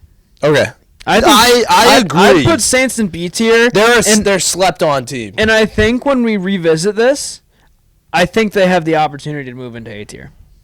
Now that I think about it, I think they had the opportunity. Seahawks, I'm not high on the Seahawks. I think they'll crumble. Vikings, I don't even know what the hell is going on in the Vikings. Josh Dobbs, I love him. He's electric. He played fantastic in his Vikings debut. So I hope and Justin Jefferson should be back soon, I think. Yeah, they're missing Justin Jefferson. I think he's like a week or two out from coming back. But Patterson or the other wide receiver has been really good. Addison's been great. Rookie. Yeah. I think Vikings you could put in... I wish there was like a high C tier. Vikings are C. Vikings are C. Seahawks are C. Seahawks are C. Saints are B. I think Saints are all alone in the B tier. Yeah. I think Commanders are C. You know, the Falcons are like the disappointment of the year. Yeah, do you put them in C or D though? Because they're really not bad. They're 4 and 5, but they're not like. Would you put? So, are you putting Washington in C or D? D. They just sold. Yeah. Washington sold at the deadline. Well, yeah, they're about that. Well, then they beat the Patriots. I think when we revisit, the Patriots go down to F. Yeah. Patriots and Commanders down there. Yeah, but as of right now, I think we can put the Commanders. As of right now, as of what they've done, I think Sam Howell's a solid quarterback. You put him at C? Good. I put him at D. Yeah, I put him at D. Falcons. D. What have they done? You're right. Granted, I think we can revisit that, and they might move up to C, but I think at this point, I think they're just starting to get better. See, the Buccaneers. I really want to put them at. I want to put them at C. You know, they played a good last pod we did. Did you just like Baker? Is that why? I'm a big Baker guy. I know, and you're like a Bucks guy. I mean, we got the Brady Patriots Bucks Patriot Buck like signature thing over here. You can't see it's off camera. But I don't know. It might be a little bit of like Buccaneer fandom in me. That's my second favorite squad, but they played a good game against Buffalo. That's fair. We were watching it last podcast. Buffalo stinks. Buffalo does stink. Like what happened to them? When we revisit? Yeah, they're moving down. They're in the C tier. Yeah. Bengals. Yeah, we're switching them with the Bengals. No, definitely. But the Buccaneers have a really good defense. They still have Evans and Godwin. And Rashad White. Yeah, he's been good. He's been amazing. Yeah, he's been good. They have one of the best backs. Let's do this. Two of the best receivers. I'll give you great defense. Yeah, their defense is really good. ASMR here on the Baystate Sports Podcast. And a dog at QB. God, Jesus. All right, we're gonna put them at C tier for now. All right, yeah, I'll live with it. We'll revisit. When we revisit, if they still suck, we're putting them at F. Deal. That's the deal we're going here. This is on camera. All right, cool.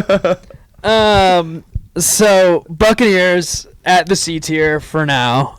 Green Bay Packers, they suck. Yeah, they're that Christian Watson can't even get on the field anymore. Like, this is like if Tyquan Thornton, who I never really got to get into tonight, if Tyquan Thornton like got his reps in his rookie year and he looked really promising, and then he had this year now. Yeah. Which Tyquan sucks. Yeah. And he like had promise in the draft. Everyone's like, "Oh, he's run the best 40 time in the combine, so we gotta take him, right?" And then he can't run a route. Yeah, he just runs straight. With Watson, it's like get him the ball, and then he's faster than anybody, but he doesn't even get the ball because he can't run a route either. Yeah. Romeo Dobbs has been good. Yeah. Green Bay's defense got better, but Jordan Love's been okay. I feel like they have good running backs too in Green Bay. But for the most part, I think Jordan Love hasn't been showing like the promise of a first round pick. It's his first year though. It's his first year, but he's been redshirted forever for like the last 3 years. Yeah. So we'll see. We'll see what happens with that team. I still put them in D tier. I wouldn't put them in F tier. I like D tier for Green Bay. For Green Bay, yeah. I think for now we can like they're not as bad as the Bears. If they keep falling, then we'll put them in. But they're like challenging for F tier with the Bears. Yeah. I can't wait to get into the Bears. I think the Rams are F. That's a team that I really want to be good. Yeah, and I they love stink. Matty Ice. See, I used to hate on them way back when Brady was on the Bucks because, they were contending against Brady. Yeah. It's just them and the Bucks. But nowadays, Matty Ice, like, I'm rooting for him. I'm rooting for Cooper Kupp and those guys. They have, is it Puka Nakua? Yep. Oh, you nailed that. Hell of a player. Yeah, he's awesome. He is like a Gronk receiver, Yeah, He's great. But he's different than Kelsey. He's more of a receiver, but you can't take him down. It's like a receiver with Gronk physicality. Pretty cool. Yeah, he's Kind of like a Mike Williams type. Yeah, fun prospect. Yeah, he's cool. I like him. They are a fun team, the Rams. We'll put him in D. We'll put them in D just because they're a fun A team. little bit of Brennan magic. But they're underperforming. They are. They Big are. time. But Kupp was hurt for like 6 weeks. Yeah, so that's I feel like that's why it's fair to put them in D. Yeah, that's fair to put them in D. Because Kupp is always hurt. And since Kupp's been back, he's been terrible. Yeah, and it's open to go up or down at this point. Oh, yeah. We'll adjust. The Rams could either go up to C if they look good against the terrible NFC West, being the Hawks and the Cardinals and whoever else is over there. Who we're getting to. Let's talk about this team. This team makes me really happy they suck. The New York Giants. Oh, they're F. They're F. I think the remaining suck. 4 teams are F. New York, Bears, Panthers. These are all F-tier Cardinals. teams. First off with the Giants, Daniel Jones hurt. They don't have any quarterbacks. they have the worst receiving core in the league. Yeah, and that's coming from a Patriots fan. And I'm not high on the Patriots receiving core. I know you're a little higher than me on them, Yeah. but they have Stink. the worst receiving core. And this And has they give Daniel Jones a bag. they gave him the bag. Yeah, that's like if we did that for Mac Jones, that would be so bad. You get tied into that. Bad. I'd be pissed. That's why Saquon must have lost his mind when When he they didn't get a bag. Well, they gave him the franchise tag Mhm. and Daniel Jones the contract extension. They picked up the option for Jones, and then they gave Barkley the franchise tag. I would Yeah. lose my mind. Yeah, because The Daniel whole Jones reason stinks. the whole reason the Giants made the playoffs, won a playoff game, was off of Saquon Barkley. Yeah. He was playing his best season ever. Yep. And the Giants look at it and go, you know what? The running back market isn't that crazy. Saquon, we got to take care of Jones right now. We'll give you the tag this year. Agreed. And then Saquon must have lost his mind. Mm-hmm. Yeah, so my big point is this has to bring the stock down a little bit on Daboll. Like, everyone's really high on Daboll. Would he still be an amazing OC for the Bills? I think the Bills look better with Daboll.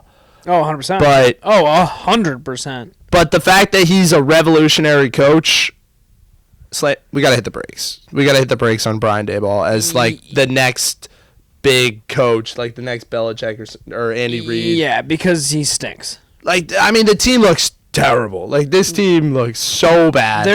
They have one of the worst defenses and offenses in the league. Yeah, they... Like... And I think especially being in the NFC East, they're getting exposed because that division's getting a lot better these days. It's really good. Like the Cowboys and the Eagles are contending for the Super Bowl. Yep. The Commanders are respectable these days. They're getting better. Yep. And then the Giants are down in the dumps. Mm-hmm. And I'm happy about it. I'll take it. Let's talk about another team that's down in the dumps. The Chicago Bears.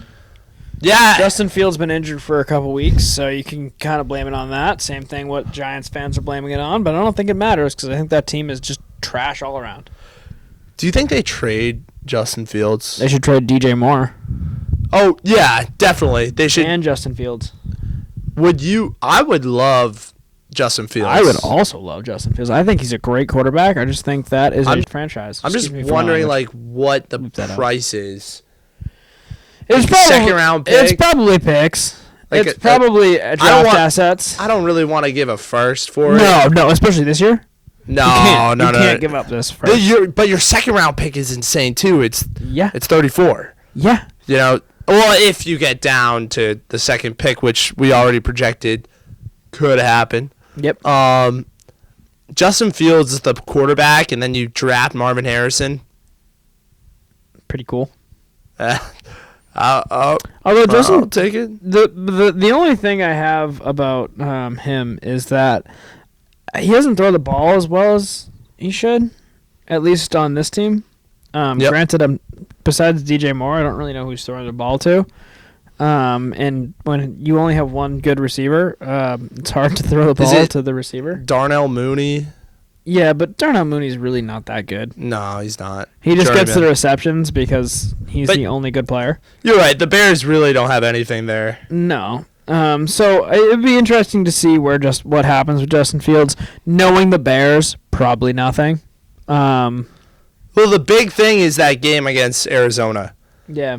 They play Arizona, and if they win that game, it puts... Because someone has to win. Yeah. You really want Chicago to win tonight and that game, and then the Patriots can slide What another Thursday night football stinker. Yeah, Panthers-Bears. Literally, the two... Massive game for Patriots fans. Yeah, fair. That's a great point. That's a great point. Massive game. Yeah. One of these teams has to win, and if they do, we're good. Well, you want the Panthers to sink because, they really suck. Yeah, the Panthers are really bad. They really suck, but both picks are Chicago, so the Chicago Bears, if they beat the Panthers and the Cardinals, they get 2 more wins. Massive. If the Patriots don't win any more games, they slide right into number 2. Watch, the Panthers is gonna massive. The Panthers are gonna do what I forget what team it was. What the Dolphins did to Denver in week 2. It's gonna absolutely blow out the Bears. Watch, they're just gonna destroy the Bears. Oh wait, no, they can't because then that's bad for the Bears. They gotta do right. Well, both picks are for the Bears. Yeah. So what's picks. more beneficial for the Patriots? The Panthers winning?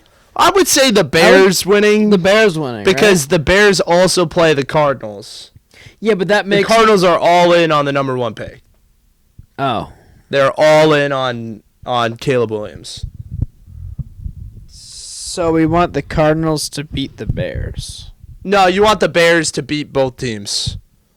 You want the Bears to beat the Panthers and... Oh, because you want the record to be better Cardinals. so that we can... It's so weird being on the other side of it. Yeah, as a Patriots fan. I'm not used to being I've done winning the math. winning. Other teams winning is good for the Patriots.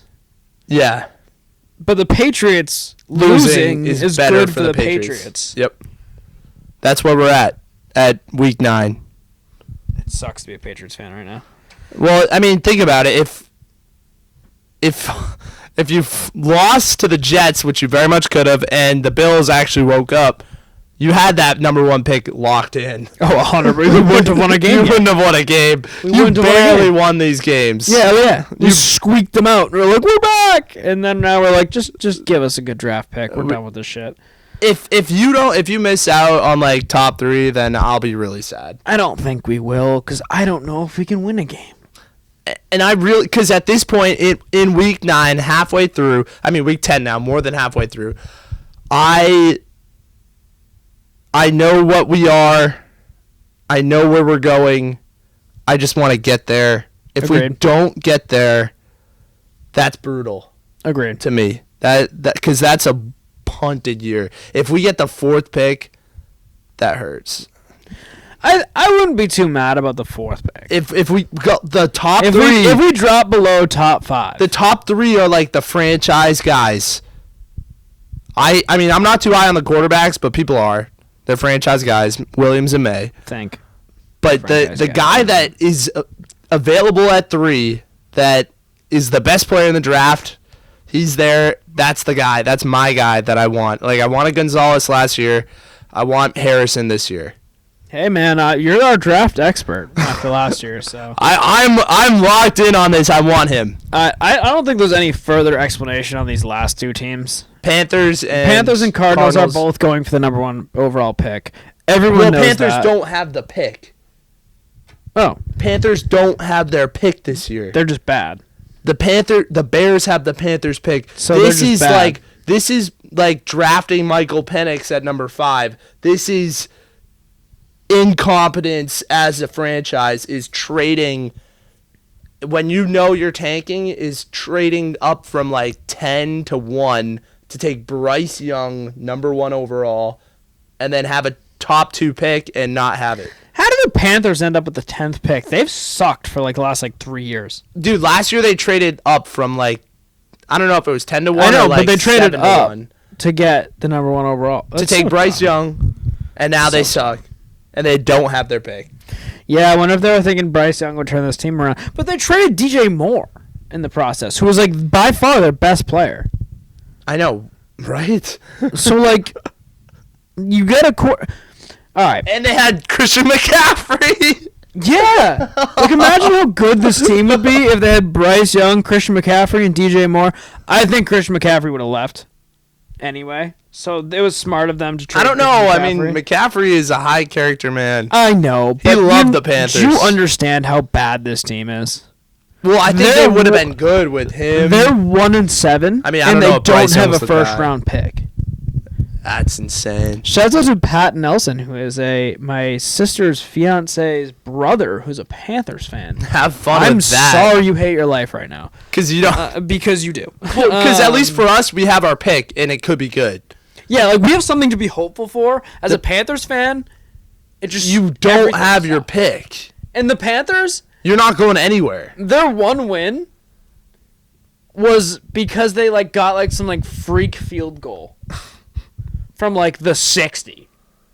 God It's 60. It was some ridiculous 60-yard field goal or something. Was that was against the Texans, right? So which is funny. but and then the Cardinals are. I don't even know what's going on in the Cardinals. Arizona, they have Zach Ertz as their tight end. I thought he retired 4 years ago. I don't even know what's going on with that team. They stink. They just traded Josh Dobbs to Vikings, so they're in full on tank mode. Cardinals blew it up. They drafted Josh Rosen, number 3 overall or something. They're like, he's our guy. Mm-hmm. They went all in, Josh Rosen's our guy. And then, 2 years went by, and they were like, he sucks. They blew it up. Kyler Murray, new coach, Cliff Kingsbury. Mm-hmm. Kyler's our guy. He's our guy. They took him number 1 overall. Yeah. And then they made, the playoffs, and they looked good, and then they blew out. And then they blew it up. They're like, you know what? Kingsbury, you're gone. Now they want to get rid of Kyler. They're going to bring in Caleb Williams with a new head coach, probably. Oh, 100%. They're in the carousel that we're trying to avoid that we talked about last week. Yeah. They're on the coach QB carousel. Yep. The Arizona Cardinals are where quarterback prospects go to die. Yep. That's what happens. Josh Rosen's out of the league. I don't know where he is. Yeah, I haven't heard of him. I think he's a backup somewhere. He's backup somewhere. But still. Kyler Murray is soon to be that with his massive contract. I don't want to take on that contract. I know some people do. Mac Jones is soon to be on that. Yep, Mac Jones is going to be on that. But the Arizona Cardinals is the peak incompetence that we're talking about with the Panthers. These are the biggest clowns in the game. So that's NFC. Yep. That's the NFC. That was a good tier list. That was a good tier list. I think we did pretty well with that. Been a fire pod. Yeah, so far. And we still got Bruins and Celtics. Yeah, we Do you want to take a quick break before we get to the Bruins and Celtics? It's been a long pod. Yeah, let's just take a breather. Let's take a quick breather. We'll be right back. Boston Bruins. Yeah, Boston Bruins just came up with a huge win against the Dallas Stars. They've been good, man. They've been exceeding expectations. Dude, they're playing with a chip on their shoulder right now. Unlike another Garden team that has been frustrating me the last couple days. Not going to get into that yet. But the Bruins are playing with a chip on their shoulder. They are a little bit of a youth movement between Jeremy Swayman, as my friend Matt says, Bulldog. And you got Matt Patra in the second line center. Mm-hmm. Looking great, filling his role really well. Johnny Beecher just got his first goal against the Dallas Stars 2 nights ago. And then the latest addition, Mason Lorei, the defenseman, coming in. He got his first goal in like his second game in the NHL. Very exciting stuff for the Lowrider, and the Bruins, who come up in a big way against the Dallas Stars. You know what's really funny about this team is going into this, and you could probably look it up in the podcast. We were like, dude, I don't know. We lost like a whole bunch of guys, and like, you know, I think it's important that we lost those guys because, you know, we got to start focusing on the youth, and we didn't really focus on the youth. All of a sudden, the youth is like the best part of this team. Yeah. Like, I mean, obviously you still have your core guys, but like we haven't had McAvoy for like 3 weeks, and we've still been winning games. And, like, we have these kids coming in, like, filling these spots, and it kind of just looks like we've just moved into the next part of the team flawlessly. Yeah, Mason Lorei in a big way, showing up. You know, you have to wait on it, of course, like, very raw player, but he moves the puck well. Yeah.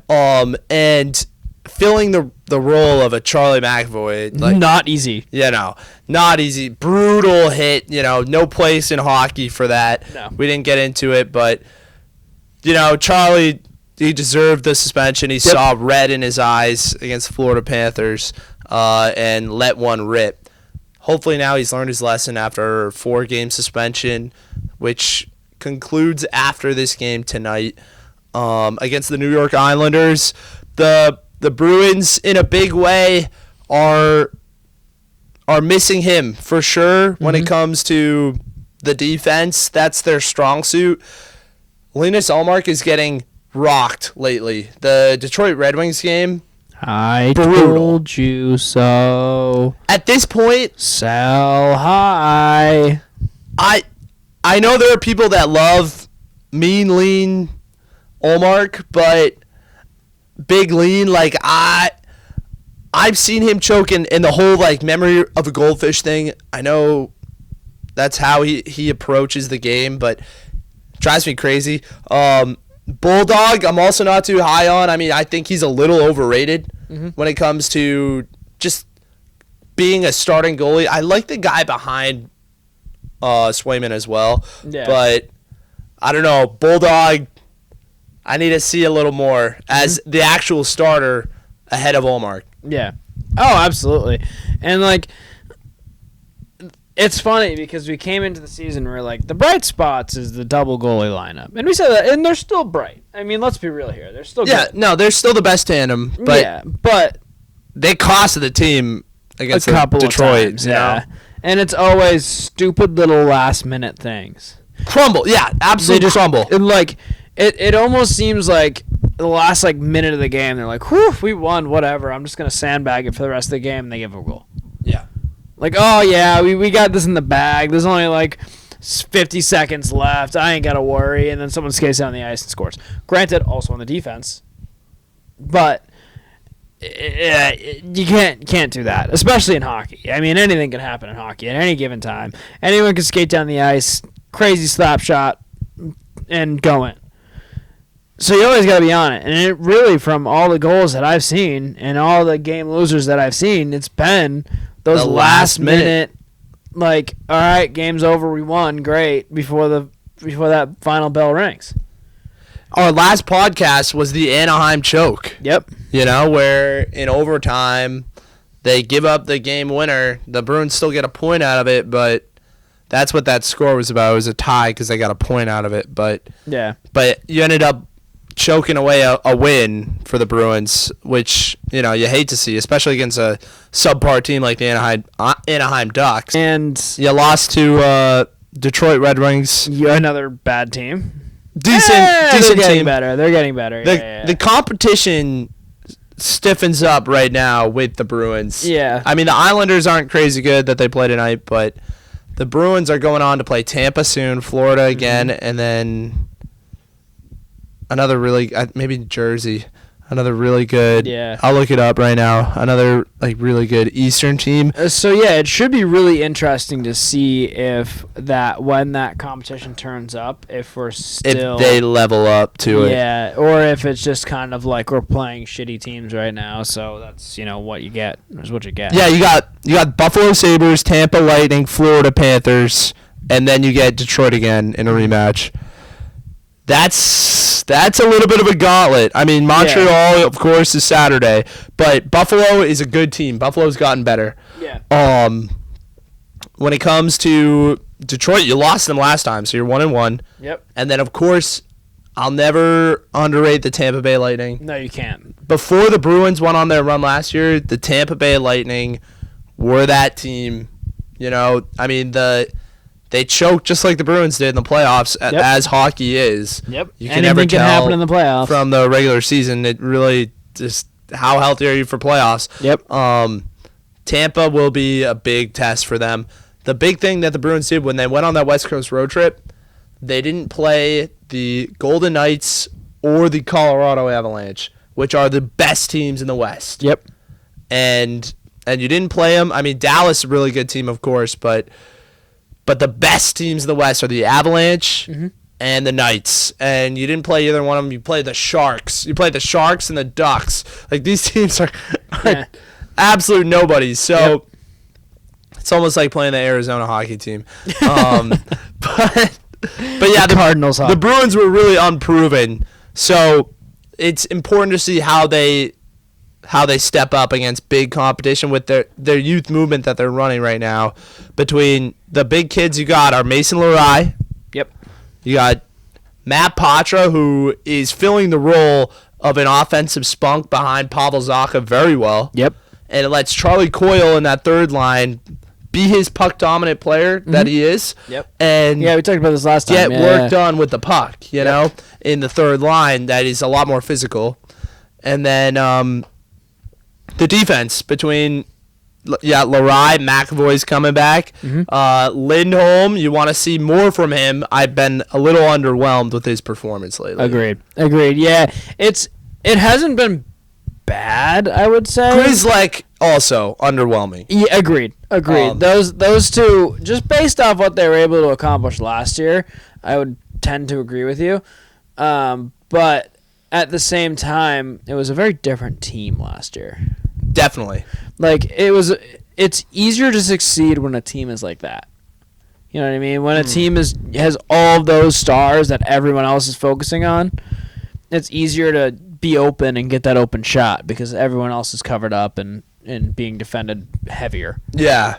No, definitely. And Jake DeBrusk is another player that I used to really like a lot. I mean, I think this year he has been underwhelming.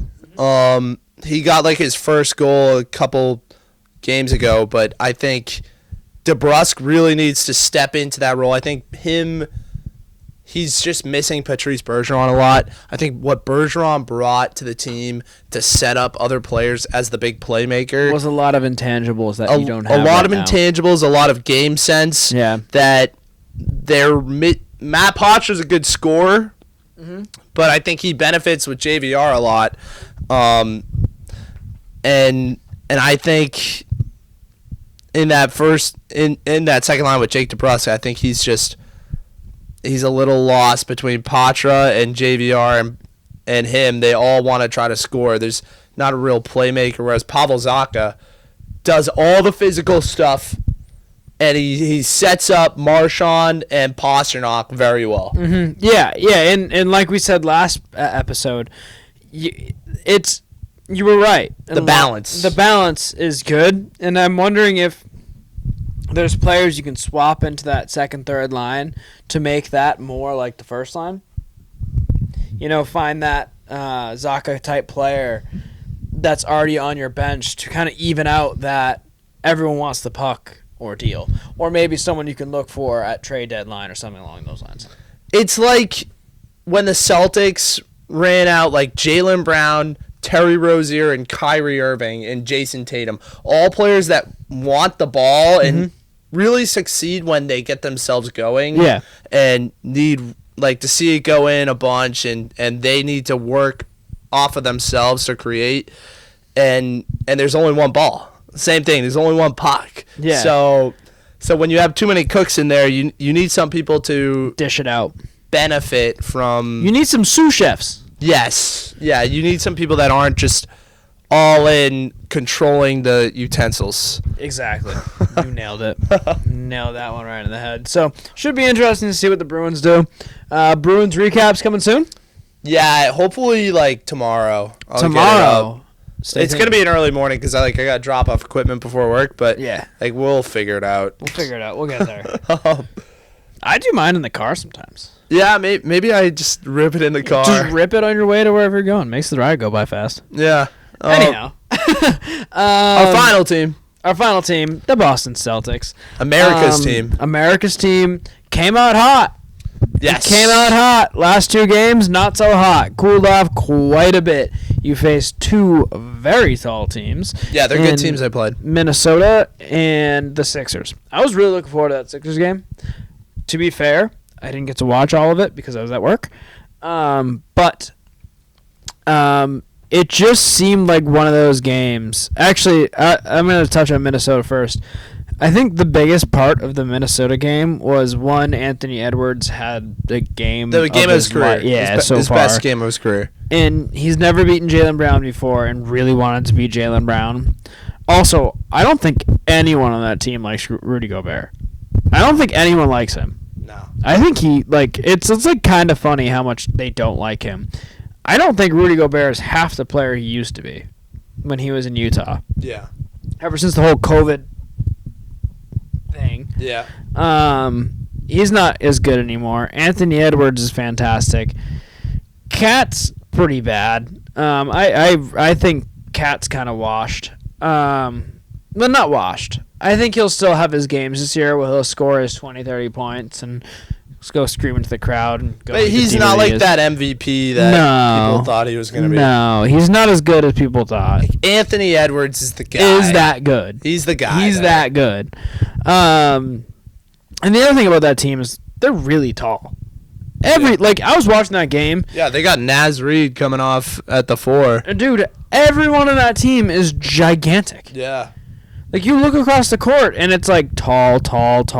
Like, it was literally, like, I was looking at Kristaps Porzingis. I'm like, I think this is the first game I've ever watched where Kristaps Porzingis looks normal. Yeah. Like, usually he sticks out, and you're like, ooh, wow, you're a tall dude. Jason Tatum looks short. Yeah. Peyton Pritchard, I couldn't even see him, but he doesn't score anyway, so he didn't need to. Yeah. He doesn't do anything. We'll get into him later, but definitely. I'm intrigued to see how the Celtics start doing against these tough teams because we came out to a quick start, much like the Bruins, honestly. Yep. We came out to a quick start with a couple bad teams, and then we faced some adversity, and hasn't been great. I think the big thing with the Minnesota game is you let it get to overtime. Yep. If it doesn't go to overtime, you win the game. Yep. You had the ball with 10 seconds. You had a timeout. Yeah. Jalen's also quoted low key a throw under the bus for Joe from Jalen. Really? Low key saying I didn't know we even had a timeout. And all he said was I saw 10 seconds on the clock. I didn't even know we had a timeout, so I just tried to make a play at the top of the key. Was it a good look? I thought it was a good look. I thought that was a good look. I really didn't hate. Honestly, to be totally fair, I don't think that was a timeout would have changed much. Because you saw Can I call timeout? In a second. And you saw it in the Philly game. Timeout really didn't do too much. You got a good look, and we still missed. Well, I think with this situation, right? Yeah. This is the beauty of bi-weekly Baystate Sports, yes. Reacting to this game. Recency. In this situation, a tie game, and Anthony Edwards is like, I'm winning this. Itching to get back out there. And that's the type of guy he is too. Oh, yeah. He's like, I'm winning this. Oh yeah. And I'm not letting anyone stop me. Like he's a dog. He is. He's gonna be really, really good. Like if there's a way that I would trade JB for him. That's how much I like Anthony Edwards. Yeah, and I don't think they do that trade. No. But still, I would. Which is like one of the only people I would trade JB for. Yeah. Just crazy. No, I mean, he's itching to get in there, right? He's itching. And you have the ball and the ability to end the game. Mm-hmm. And I think if you just, like I've seen it all the time with Brad Stevens, if you scheme up an X and O for like a transition layup, like off of a screen, you set like 2 screens off ball for Tatum, and everyone's like, they're going for Tatum, they're going to try to get Tatum the ball, and like there's like 2 screens for Tatum, he's like he's running, and then Brown is just like freed up, gets like a pass in, and then you get 2 points and you're winning. And Minnesota didn't have any timeouts. They wasted all their timeouts before then. So I think that's what puts it away, and you win the game, obviously. But you win the game, and that's good. It's over. Everyone goes home. I didn't hate the look, as I said. I thought it was a good look. I thought once it got to overtime, I knew you were going to lose. Yeah. I knew you were going to lose. I knew Anthony Edwards was going to put you away because that kid wanted it so badly. And props, you know. Yeah, and props to him. No one else on that team but him. I didn't hate that loss. No, I really didn't either. And it's the Sixers loss that we'll get into. When you're ready. that one annoyed me. And I'll let you take most of the reins on that one because I only watched part of it because I was at work. But the last thing I'll say about the Minnesota loss is I think the biggest part of that was I think Joe looked at that situation like at some point we're going to be in a situation where I'm not going to call a timeout. And I think what Joe's mindset was I know this isn't the situation. I know I should call a timeout. He called a timeout in the Philly game at the right time. I know I should call a timeout in this situation, but I think it was more of a this is a learning experience kind of thing. Okay, if we don't make this basket, we go to overtime, and then we have a chance to win that. Let's let the boys play, and let's let them get used to, like if you're going to learn, right? And, like, that's Joe's thing. Joe doesn't like to call timeouts because sometimes you can take advantage of who's on the court. You can take advantage of setting up a defense, you know. And then you can catch them off guard because they're thinking you're going to call a timeout, that kind of thing. And just rush down the court, score a quick basket, and win the game. Yeah. Also, didn't need to take a 3 there, by the way.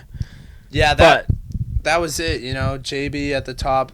Don't need to take a 3, look underneath. You have a 7'3" guy on the court. Just have him crash the thing and throw an oop to him and call it a day. That wins the game. Yeah, but granted, you're playing Minnesota, and they also have a 7'3" guy guarding him. So, I think it was just an early season learning experience. I think Joe's not stupid. He knows we're not winning every game this season. So he's like, if we're going to lose a game, might as well be in overtime. And hopefully we can just win in overtime. Right? Then we're going to go into the break between the fourth quarter and overtime. We'll get these guys ready. We'll drop the right plays. Hopefully we win. We could have won. And I don't think the reason why we lost is because of Joe. I think it was Jason and Jalen rushing shots. And it was early in the season. It was a long game, and they weren't used to that extra time. I think they were just gassed and just missing shots because normally the rest of the game, Jason Tatum ain't missing no shots.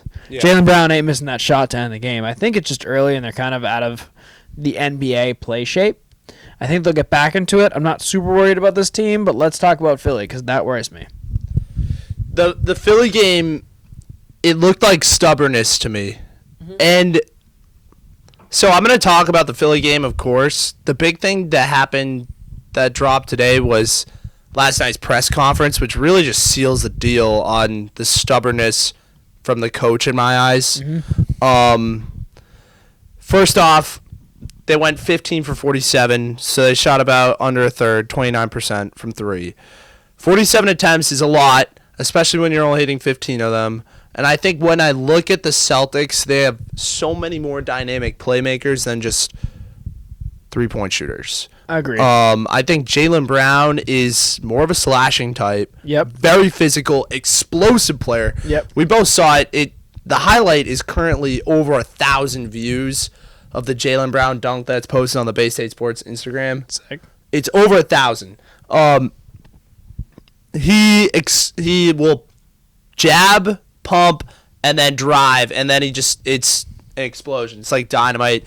He's one of the most physical athletes in the sport, and using him as catch-and-shoot player really just limits him to like a third of his potential. Agreed. I think Porzingis in that role excels. Porzingis dropped 28 points last night. Yeah. He looked very good. I think it was more than that. I think he got 28 points in the first half.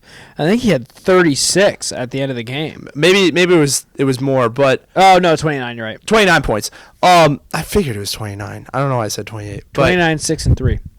But Porzingis does that role very well. Catch and shoot, big man. But JB, when he's stagnant in the corner, it doesn't look good. Yeah, no. It does not look good. And I'm once again here begging for some scheme around Jaylen Brown because I know he's a very good player. I know he is an All-NBA top 10 caliber player. I want to see you scheme around because I know that's how he succeeds. Oh, 100%. Yeah, we should be drawing up more plays for Jaylen Brown to just crash the rim. I mean, back cuts. And you saw it a lot more early on in his career where he was cutting along the baseline. And that's kind of, like you said, that's where he excels. He used to be a really bad shooter. And, like, he built up his shooting as he got older. And I don't think we should not have him shoot. No, I'm not saying that either, but I'm just saying that shouldn't be, like, his primary only thing focus. he does, yeah. He's so much better as a slasher. Like, in the Minnesota game, maybe have JB crash the rim instead of take a three. Yes, or, like, a the play, game like I said earlier, where it's, like, 2 off screens for Tatum, where they think it's Tatum, and then there's one screen where JB gets it like on the block, and he just beats the guy because he's faster and stronger and he can jump higher. Yeah. So there's just so much more that I can see for this team other than this very lazy approach, which looks Tyrese Maxey, DeAnthony Melton, Joel Embiid. Tyrese Maxey's nice. Tobias Harris. Trash. I don't care how trash they are. They wanted it so much more than you last night. So much more. They were playing. That was the biggest part of it. They were playing with passion. They were flying. Mm-hmm. They were running. The Celtics were stagnant. They were standing on the corners, putting up 3-pointers. It looked lazy. Mm-hmm. And they went 15 for 47. Bad. They shot 29%, and they just kept shooting. Yep. They kept shooting until there was 2 minutes on the clock. Yeah. 2 minutes on the clock. They erased a 10-point deficit. They erased it. I think it was more. I think it was like more than a 10-point. It might have been a 15-point deficit. I think it was 15, yeah. And they get it from 2 minutes to like 1 minute.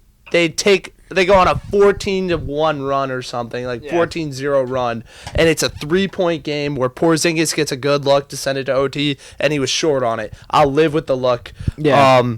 But they adjusted their game on the last like minute, and that's when I watched the game, and I was like, see, this is what we can do. Yeah. We can do so much more than just dig a hole of missing. Like, if the 3-point is hitting, keep shooting. Yeah. That's what I say. I'm not, like, against the modern game. No. Like, I understand it's a 3-point league, but with this team, I know there are nights where it's not going to be hitting. If those threes aren't hitting, you need to adjust. Yes. That's all I'm asking for. And I wonder if it was partially Joe. The Minnesota game seemed like it was Joe trying things. Actually, all season, it's been like you see like random guys in the court sometimes. Like, it's like a second period, and like Brissett comes out there, and you're like, "The hell are you doing on the court? Like, where'd you come from?" I wonder if it's Joe trying things.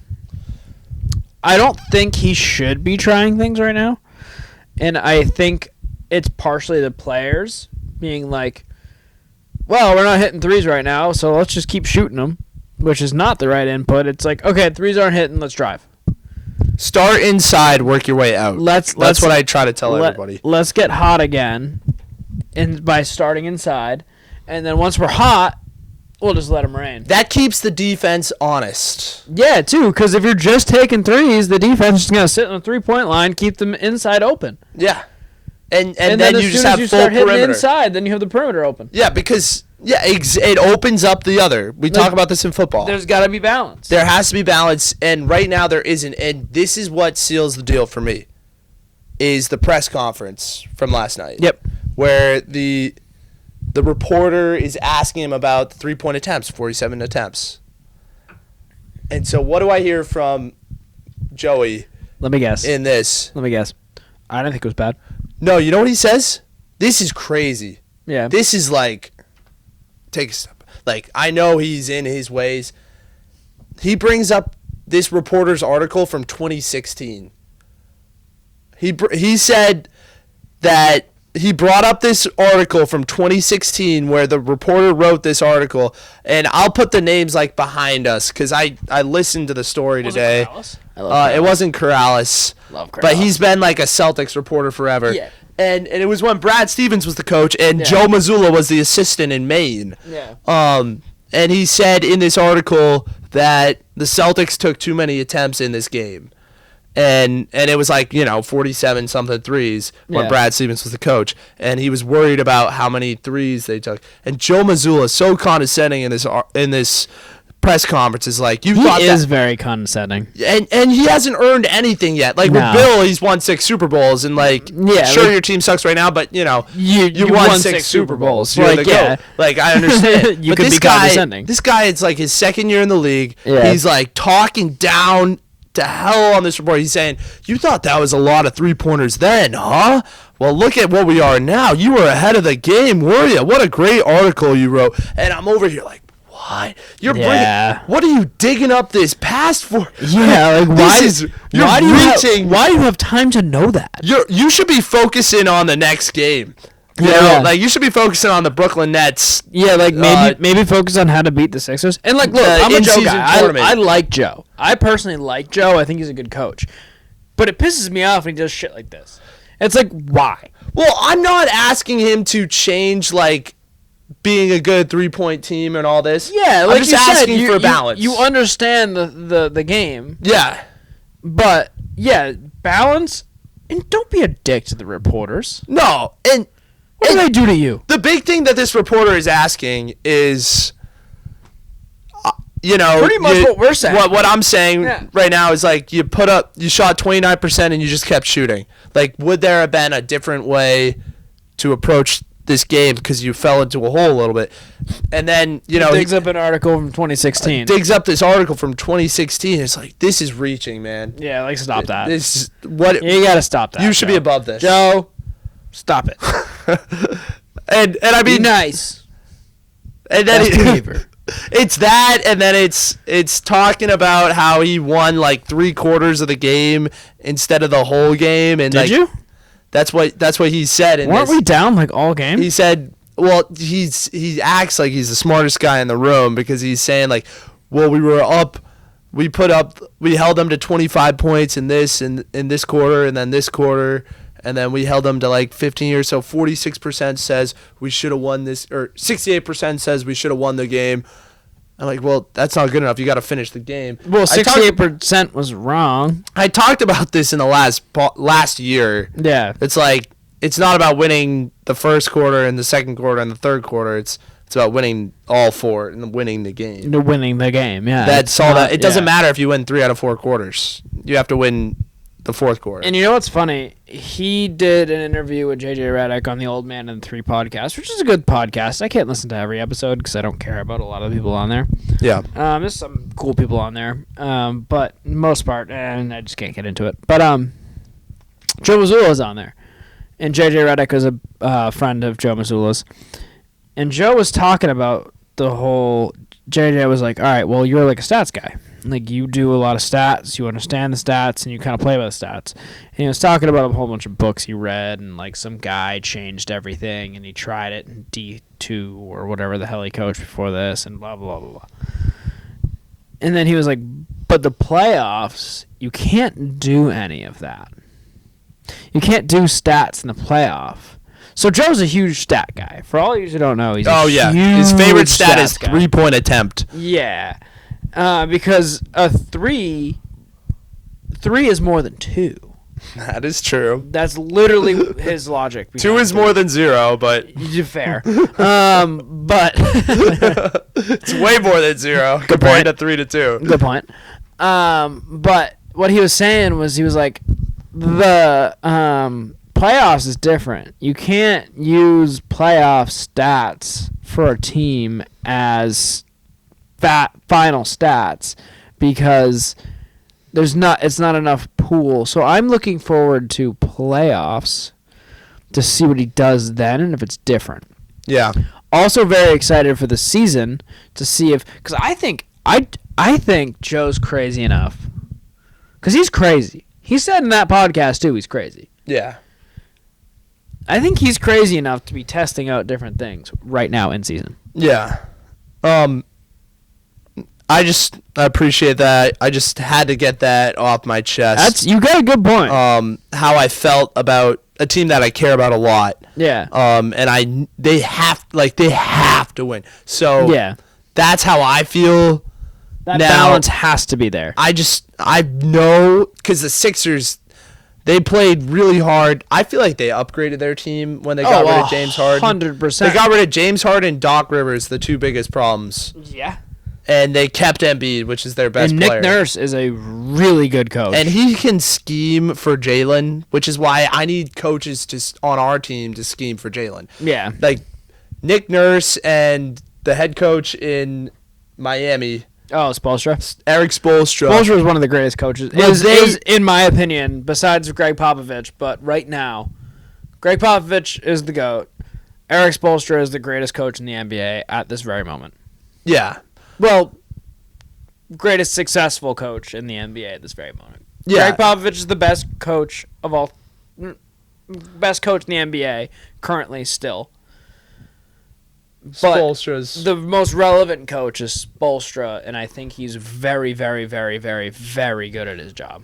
But these coaches scheme for Jalen, and you'll see it in the Philly game. They take him out of the game. Yep. And that's why I'm looking at my coach to scheme for Jalen to get him in the game. Get him in the game. Yeah. As opposed to what you have last night, where he's invisible until he sees it go in once in the fourth quarter. To be fair, Jason Tatum is also invisible. Derek White scored more than both of them. And Porzingis scored more than anybody. Yep. But you're right. That's why you brought him in, but still. When it comes to Brown, I just know he's a huge part of what the Celtics need to do this year. Jaylen Brown plays a massive role if they get where they want to get. Oh, 100%. It's Tatum and Brown.